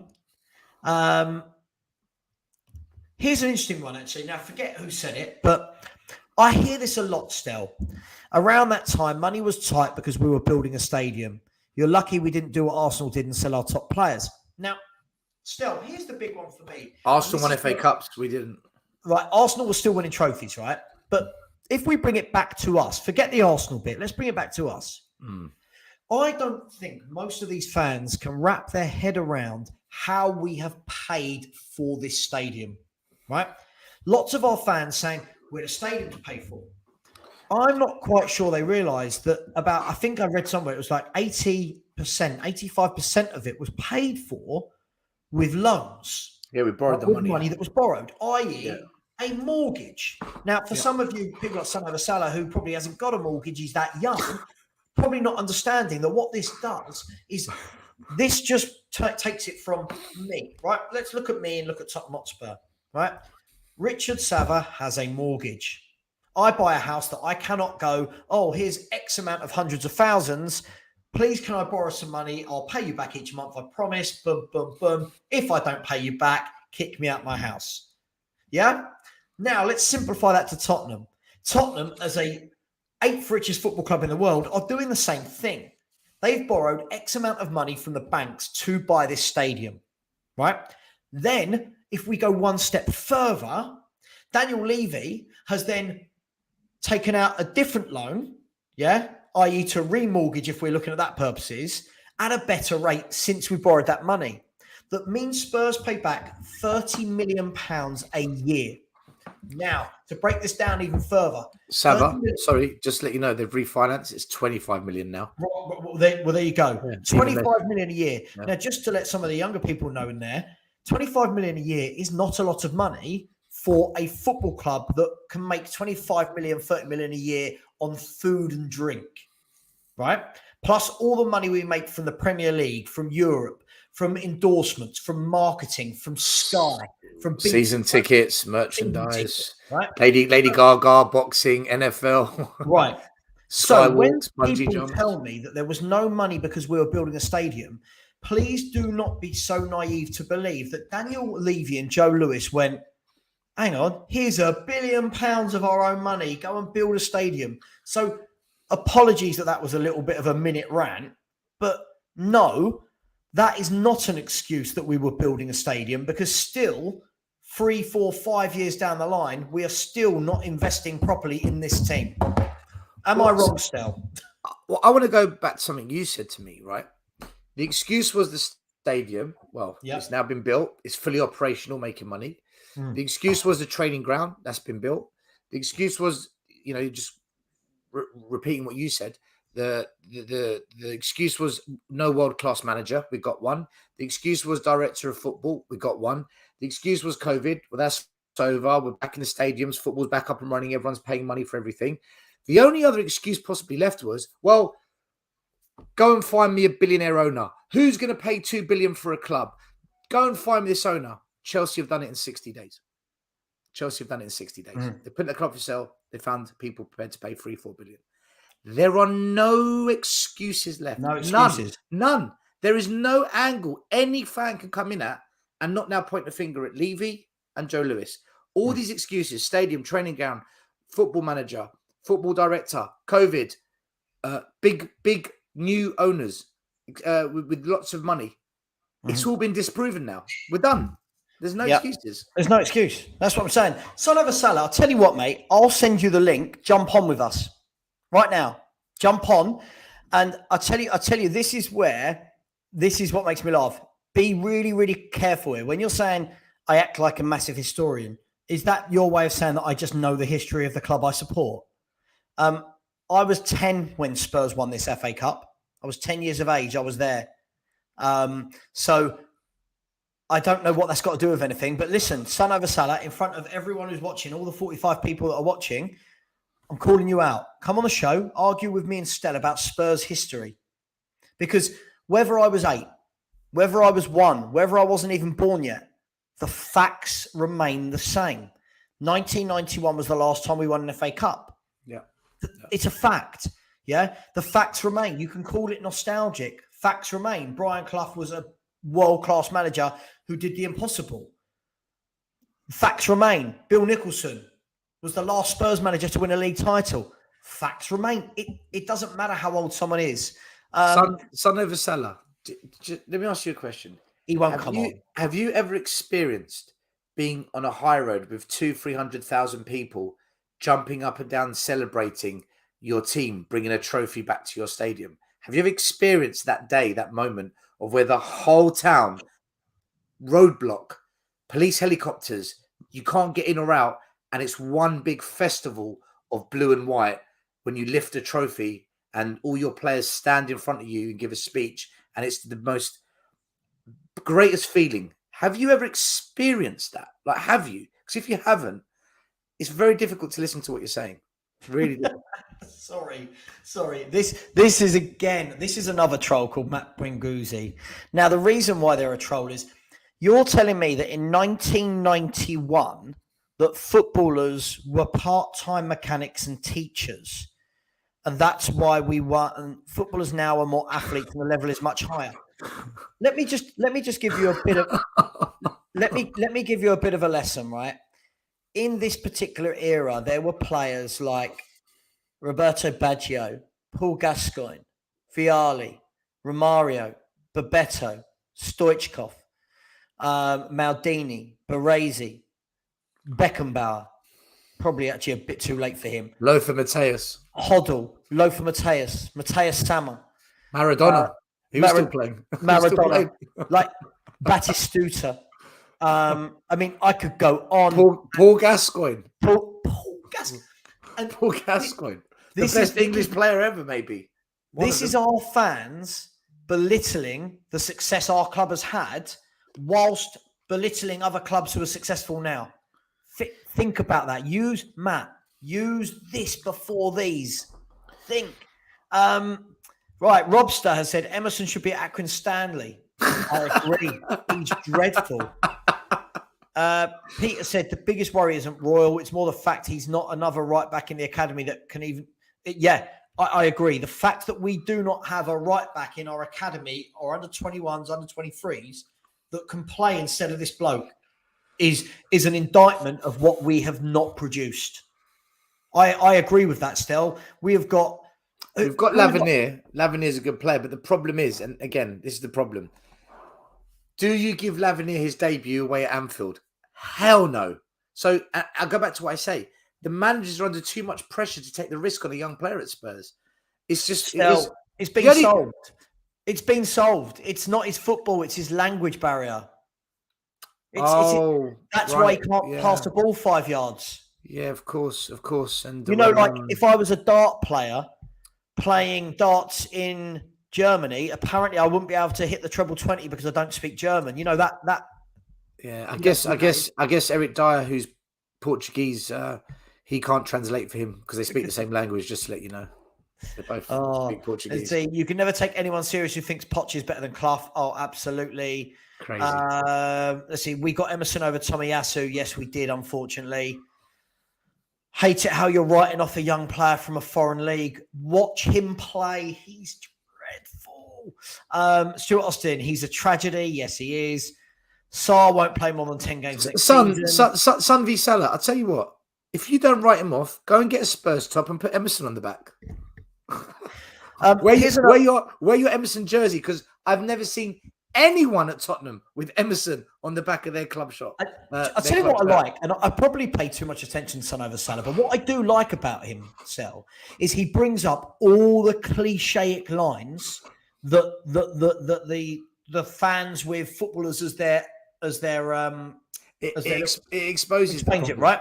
It exposes the problem. We don't win them because we don't even try to win them. They're pointless.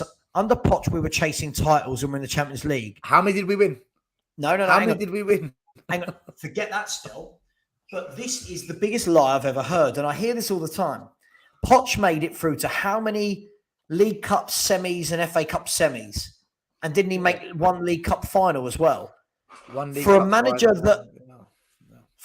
that apparently wasn't taking those cups very seriously, why did we keep getting to semis and finals?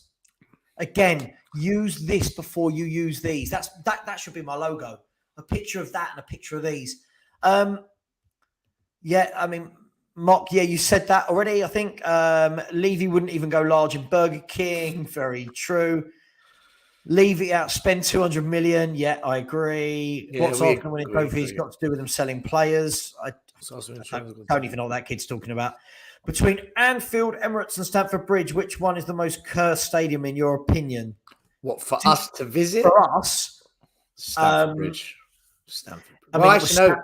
Anfield. 6 wins in 106 years. Probably Anfield. Yeah. Let's have a look. That's a fair point regarding Conte's commitment.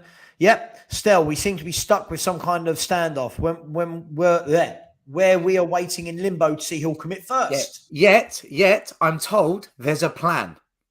Right. We're stuck in limbo, but there's a plan. Right. How are you stuck in limbo if there's a plan? Follow the plan. By the way, guys, let me know. If you don't want me to look at all the comments, I won't. I just feel that we should, because it's what we're here for, right? Top 4 and a trophy, he said. There is a cat in hell's chance Conte is going to get the backing he needs. I agree. We've spent 350 million on players since the final. Stop blaming ENIC and blame the recruitment. I'll say one thing. It's been the same for 21 years. Yeah? ENIC hire the recruitment. ENIC sign all the deals off. I will blame ENIC all I want. Who hires the recruitment team? Yep, absolutely.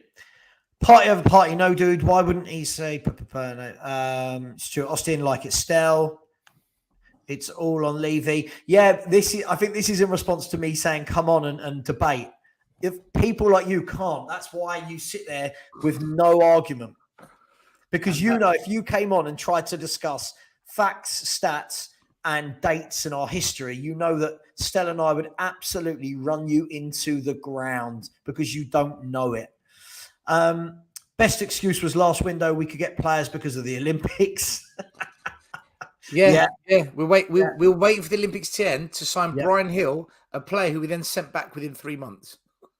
Yeah. 90s may be the best period for football. What are the trolls talking about?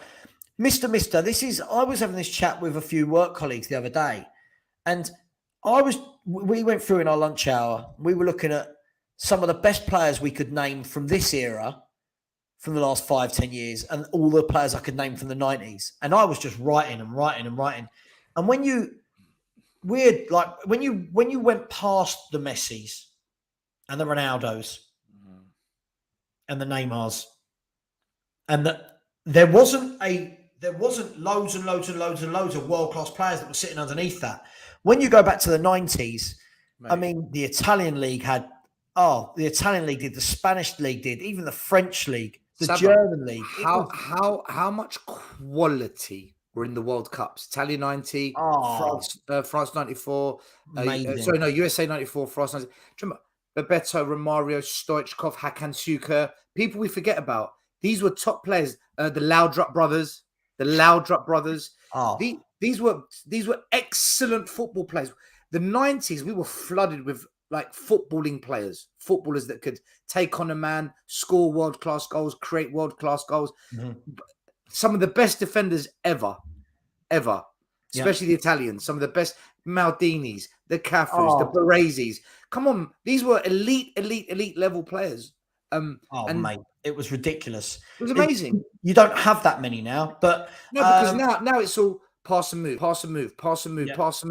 Whereas back then it was just express yourself, man. Play the game.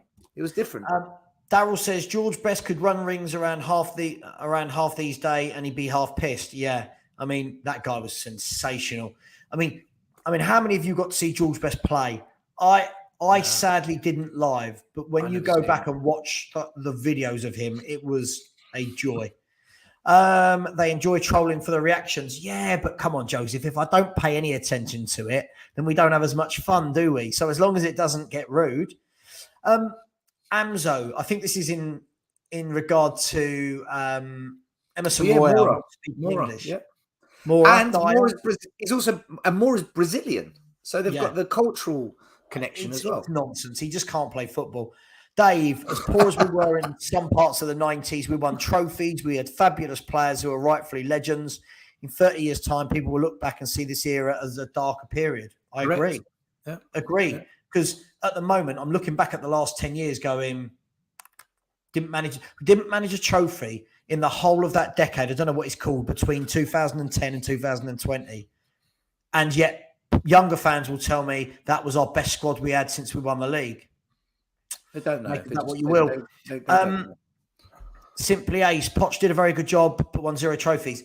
Agree. There you go. That sums up the tenure for me. Perfectly put. Let's have a look. You don't win the big trophies without the smaller ones first. Pete, this is what I can't fathom. Our fans belittle everything. For me, win the Conference League. Demonstrate. Spurs should have been going into that tournament. We should have demonstrated, right, we're too good for this. We've won that. Next, move on. Yeah? Do you know what? I think Pete's right, because if you look recently, Liverpool haven't won any small trophies. They won the Premier League. They won the Champions League, then the Premier League. So they actually won the big ones first, but they weren't first, because if you look at the 10, 15 years before that, there's FA Cups, Europa Cups. So there was a progression to that. So I think Pete's right. Yeah, absolutely right. All of these people who say, "Oh, we're not winning cups because we're looking at the big stuff." Are we? How many points behind Man City are we? Can anyone answer that? It's like saying, "I want to buy a mansion, but I've never owned a house." Right. Yeah, absolutely. I've never owned a car. I want my first car to be an Aston Martin. It's ridiculous. Yeah. Stuart Austin, Serie A players in the late 90s they were immense. They were immense. Remember George Ware? Another one. Georgie Ware. Here you go. Coach Silver, before the Chelsea deal, could see no one would buy our club due to the debt. If they can wait 10 years for a return, we should be able to get a buyer. Lots of upside, naming rights. Coach Silver, I don't believe it. I believe if Daniel Levy put this club up for sale right now, the Chelsea buyout has just shown us that 15 bidders at 3 billion and above. And you're telling me none of them would go, hang on, I want that stadium at Spurs. I got into an argument with Jason McGovern from Last Word on Spurs, right? And his argument was, show me the buyer, show me this billionaire. And I said to him, what do you mean show you the billionaire? I don't own Tottenham. I can't just say, okay, if you want me to show you a rich person, there you go, Bezos, the guy that owns Amazon. How do you know he'll buy it? I'm like, well, how do you know he won't? And in the end, the way I pitched it was, there's several ways you can sell a club. You can wait for someone to come along and knock on the front door, like Roman did and found Chelsea. Yep. You can put the club up for sale, like Chelsea and Mike Ashley have been doing, and a buyer comes. Yep. You can appoint a third party to find a buyer, like we've appointed a third party to find naming rights deals for the stadium. Yep. Or you can do what Strand and Sugar did. Go and liaise with your network of net worth friends. Yep. Is there anyone here interested in buying this off me? You know, you're all rich friends of mine. There's many ways you can sell a club. But the one thing that you must have is a desire to sell. I don't think they want to sell it, Savva. I don't think they want to sell it. The big thing for me that I found really weird is in the last 4 years, we haven't got naming rights for the stadium. Now, for this world-class businessman, why have we not got a 700-800 million pound deal for naming rights like Barcelona have got with Spotify? Why has that not happened? Why have we not? I heard rumors that it was going to be DAZN, that they were going to have the naming rights because of the boxing and all that kind of stuff. Do you think that if they were to announce a naming rights deal, that the fans would then demand a huge spend in the transfer window, and therefore I'm demanding that without that? I know, but do you think it creates more pressure on them to spend? Possibly. Just quickly, I've got a couple of good questions here that aren't Spurs related, but look, we're all football fans. Yeah. So Jay Ashraf, hi Savva and Stel, hello to you. Do we think Pep walks this summer? Now, I don't want to get into a huge Pep debate, but Stel, just in one sentence, does Pep go this summer? No. I think they bought Alvarez, the striker from River Plate, who's a really good young prospect. I think they're going to get Haaland. I think they're going to buy. The City are going to do what they're going to do. The City are going to do what they always do when it doesn't work out for them. They're going to go and spend big. I think Pep. I think Pep will be here, and I also believe at some point City will win the Champions League. I mean, they're getting to semi-finals and finals every year now. They're getting there. Once they break that duck, they'll win it again and again. I heard. I was listening to TalkSport yesterday. It'll come eventually. I was listening to Simon Jordan talk about. He said, "Look, everyone gets on Pep's back because he spent this much money and not won a Champions League." But he said, if you look over the years and over the decades, teams don't often rock up and just win a Champions League. They're in it for a while first. If you look at Man United, how many years were Man United in the Champions League? 26 years. Two Champions Leagues. Right, before Fergie won it. Chelsea were in it for a very long time under Roman. So I know that everything in football is here now. You've spent money winning. PSG have never won it. PSG. Right. So I think he stays for the exact same reason Stel said. I think the thought of having Haaland for a year, I think if he wins the Champions League next year, he might say, I've done it all. I'll have a break. Now, here's a good question. This is a really good one. I like this. Boys, for our squad, who would you start, bench, and who doesn't make the squads between Ronaldinho, Kaká, and Iniesta? They all start. I mean, I'll go first on this one, Stel. For me, the starter, it has to be Ronaldinho. On his day, and for a period of about 5 years, this guy was just like, when people say the word baller, and I don't use it, but this guy is the only thing I can think of when I think of the word baller. He was absolutely dominant, sensational. He had everything. He created tricks, he scored goals, he assisted, and he smiled while doing it. And then he retired at about the age of 27 to go and marry about 5 women at once, to party. What a guy. This guy, he won at life. I would bench Iniesta, but I do think Iniesta is one of the greatest midfielders that I've ever seen. And Kaká, who was also world class, but for the purposes of your game, would have to be on the bench. Would have to be not in the squad. So for me, I'm going to go by the Spurs squad. I'll bench Ronaldinho, although he's better than anyone on the pitch that we've got now. We've got goals in the front three, and we've got enough creativity in the front three. So for that reason only, the reason I would do that is because then I can start Iniesta, because I think we are crying out. Imagine him. We are crying out for a player like that in the middle of the park, crying out.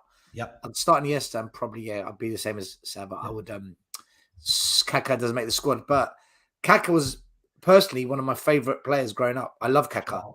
I have a Brazil top with Kaká, and I loved Kaká, especially at AC Milan. He was on another level. He was in that era where he was where there were just so many of them at the same time. Rivaldo. I mean, at one point, Brazil had Rivaldo, Rivaldo, Ronaldinho, Kaká, and Ronaldo all in the squad. Mate, I mean, it was unbelievable. What about original Ronaldo? Original Ronaldo, the one that no one talks about. The best forward I've ever seen. The best out-and-out striker I've ever seen. Was he CR9? We're going to go, as long as you're okay, Stel, we'll go for 15 more minutes. All I would say is, guys and girls, if you haven't subscribed, please do. It is appreciated. Let's look at some more. Only Spurs fans will remember Poch's golden era, while Arsenal won 4 trophies in the worst era. Now, I want to bring that on because I agree. I mean, I think the thing is, it was a very good era we enjoyed it. It was good to watch. But again, it's that whole thing. In 20, 30 years, who's going to look back and go, what an era? The record books will show that Spurs didn't win anything, and an Arsenal team that were in regression like you wouldn't believe was still going, we'll have that League Cup, we'll have that FA Cup, we'll have that League Cup, that FA Cup. Just quickly, just admit you want us to have an owner like Man City and buy all the trophies. Yes. I mean, I admit that. I'll always caveat like this.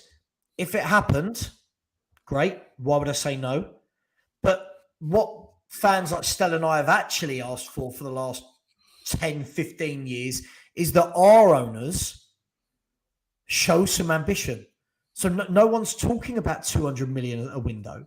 No one's talking about buying the Erling Haalands of this world.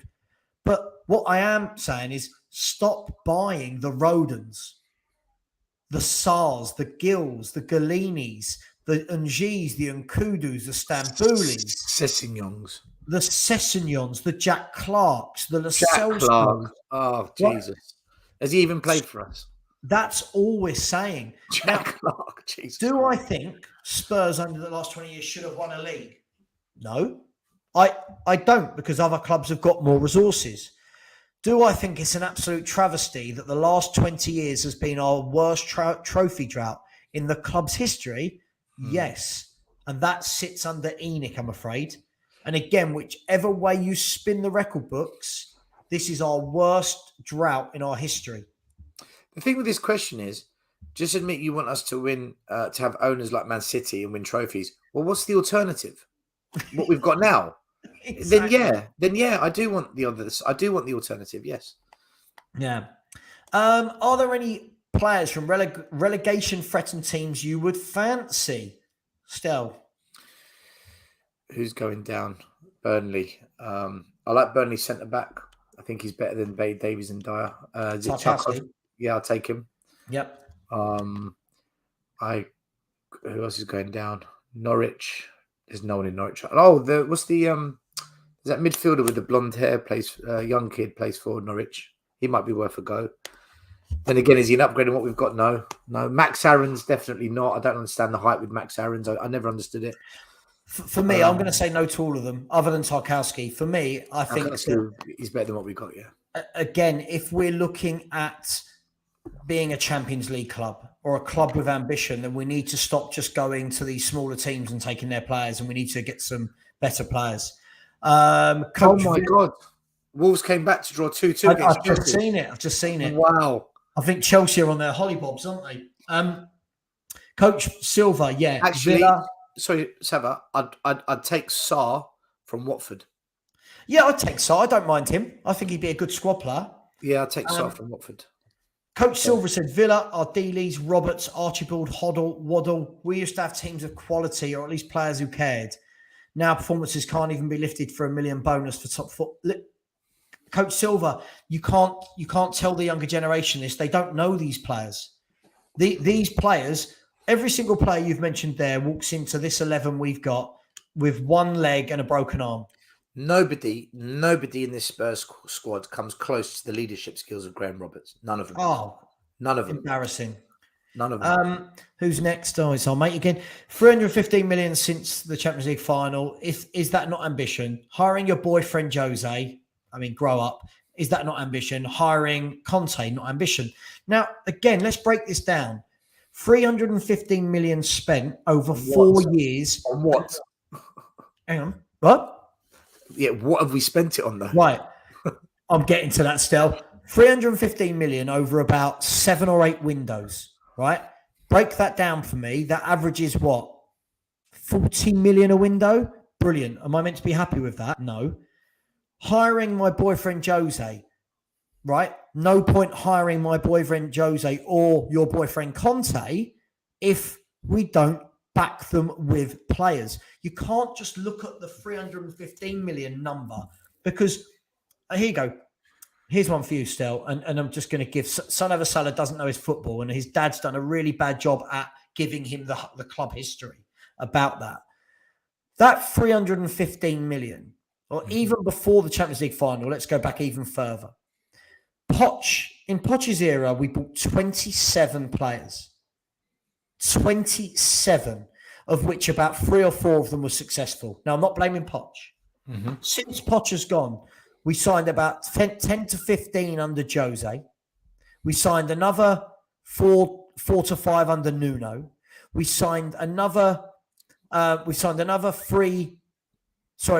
under Conte. That's another 20 odd footballers. Mm. Now, the point is, if you're going to spend 315 million on 20 to 25 players, that tells you immediately that all of those players are going to be average because they're cheap. About 15 million, 20 million pound a play. Right. So if you had said to me we'd spent 315 million pounds on 7 or 8 quality footballers over quantity, yes. But again, people don't have the brain cells to break that down. But also what Salah's not doing here is he's not looking at what we sold. So it's all good and well selling Kyle Walker for 50 million, but then you spent 30 million on Trippier, you spent less and got a downgrade. We sold Serge Aurier for 25 million. We spent the same money and we bought Emerson, a worse player. So you've got to look at what we're selling and what we're replacing it with. And when you look at that, you'll see there's a decline in ambition, not a rise in ambition. Right. And this go, if Levy is the one spending that money, who gives a turd? What are your thoughts on Pogba joining City? Him and KDB both feeding balls to Haaland would be a joke.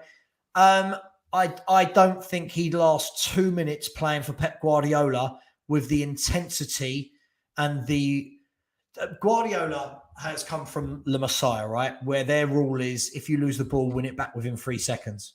That's the aim. That's the right.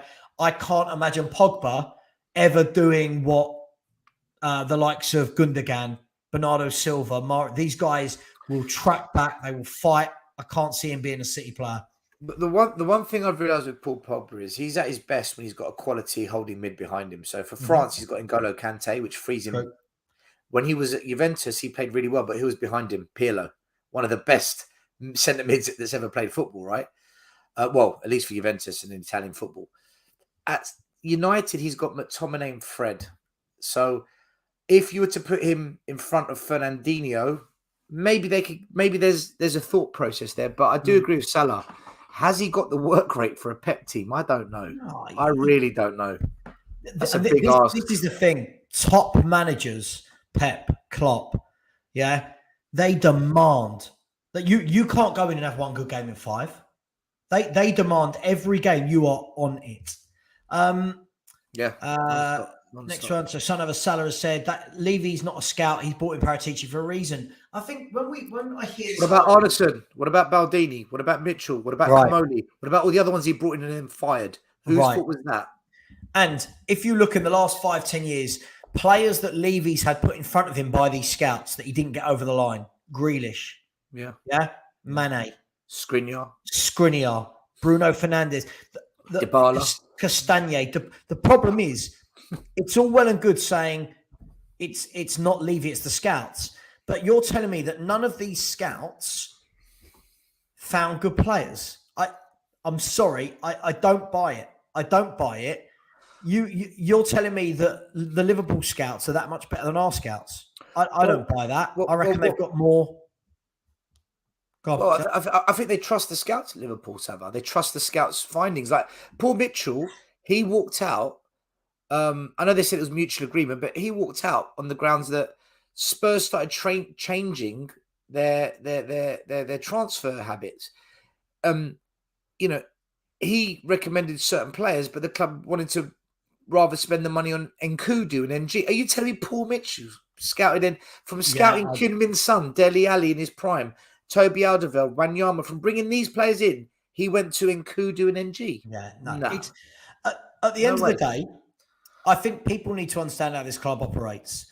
Daniel Levy has brought in a director of football again, but it is the same man signing off the checks, right?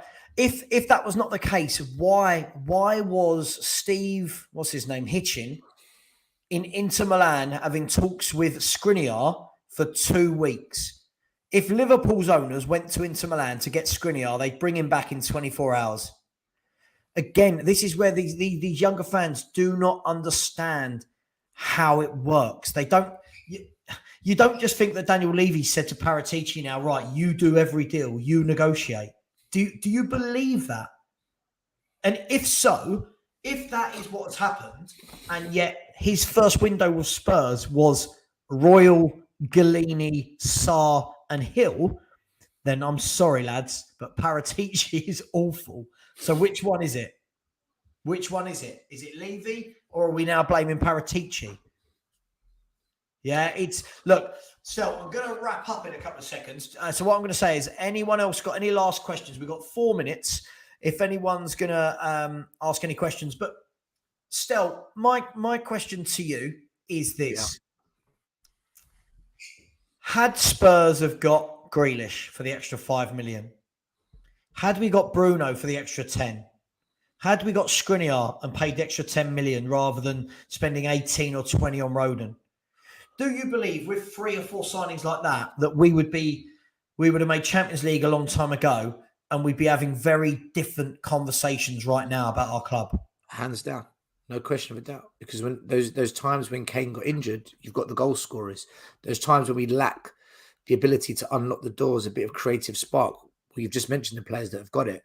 I think had we got those 3 players when Poch had his team in his prime, I think we would have won the league, Savva. I think we may have won the Champions League.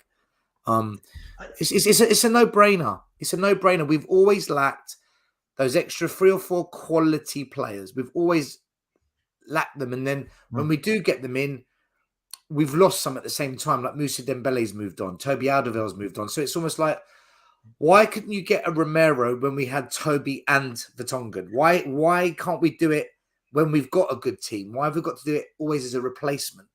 And yeah, I totally agree with you. So here's my thing. And to answer the questions, when am I going live next? I'm actually live next tomorrow with Stel and with Henry and with Will.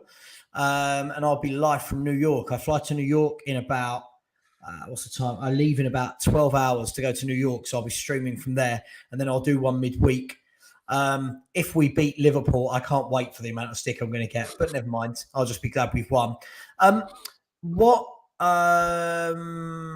this is why I say things like that. Look, great string goes, Savva, don't hide after the pool game. Keep the same energy.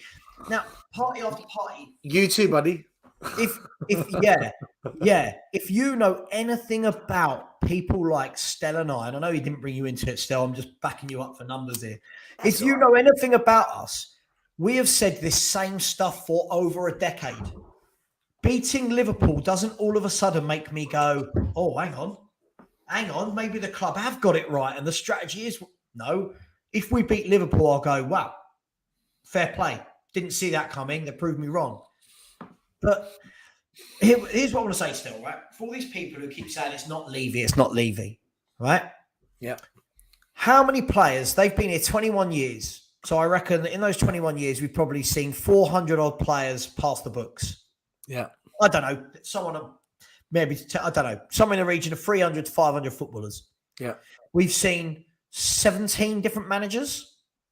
16 different managers in that 21 years. Lost We've probably count. had 3 or 4 caretakers. Yeah. We've seen 5 or 6 directors of football. Yeah. We must have seen multiple scouts. In that kit manufacturers as well. Right. Kit manufacturers, sponsors. We've had played at 3 different stadiums for our home games. Yeah. We've won 1 trophy. What is the only number that remains as 1 for all of those 21 years is what? The groundsman. Levy, always. Levy. The ownership. So all these fans that tell me it's not Levy does this, why can they not see that it's that? What did Einstein say? You know, it's the definition of insanity, doing the same thing over and over again and expecting different results. Yeah. And yet our fans, lots of them that even in this thread, lots of threads I see will go, oh, we bought in Paratici, it will change. Well, this summer's going to be a very, very telling period. Very telling. Of course it is. But still, I reckon if you went back to me and you talking on shows a year ago, 2 years ago, 3 years ago, it's going to be same chat. Now, what I don't want to see is at the end of this window, if it's not been good, is people starting to, and I think the kids say gas up, right? Mediocre signings, because give the new signings a chance. That's what they're going to say. Right. Give them a chance. Top clubs don't talk like that. Yeah, that's the reason why Chelsea fans now, Tuchel out, they don't want to give anyone a chance. It is win. But look, Stel, it just remains for me to say thank you very much. It's been an absolute pleasure as always. I will see you tomorrow on the Spurs Corner Show with Henry and Will. I'll chat to you in the WhatsApp group tonight, I think, as well. Yeah, mate. Yeah, I'm sure we'll be in there. Right, quickly before we go, right, Stel, give me a score. Give me a score. 3-1 Liverpool. I'm going the exact same thing. I think we'll get one. I just think they're going to have too much. Have fun at the Big Apple. Safe travels. Thank you, party after party. Just quickly, how are fans so confident? Blah, blah, blah. And the last comment, in 21 years, there is one common denominator every time. Yes, it is. Do you know what, Savva Stel? If we win, I will come on here and I will give you a massive shout out. And I will say that you're a better fan than I am. But if we don't win, we would like you to come on and apologise. Right. Yeah, I bet he won't. He won't. He doesn't want to show his face.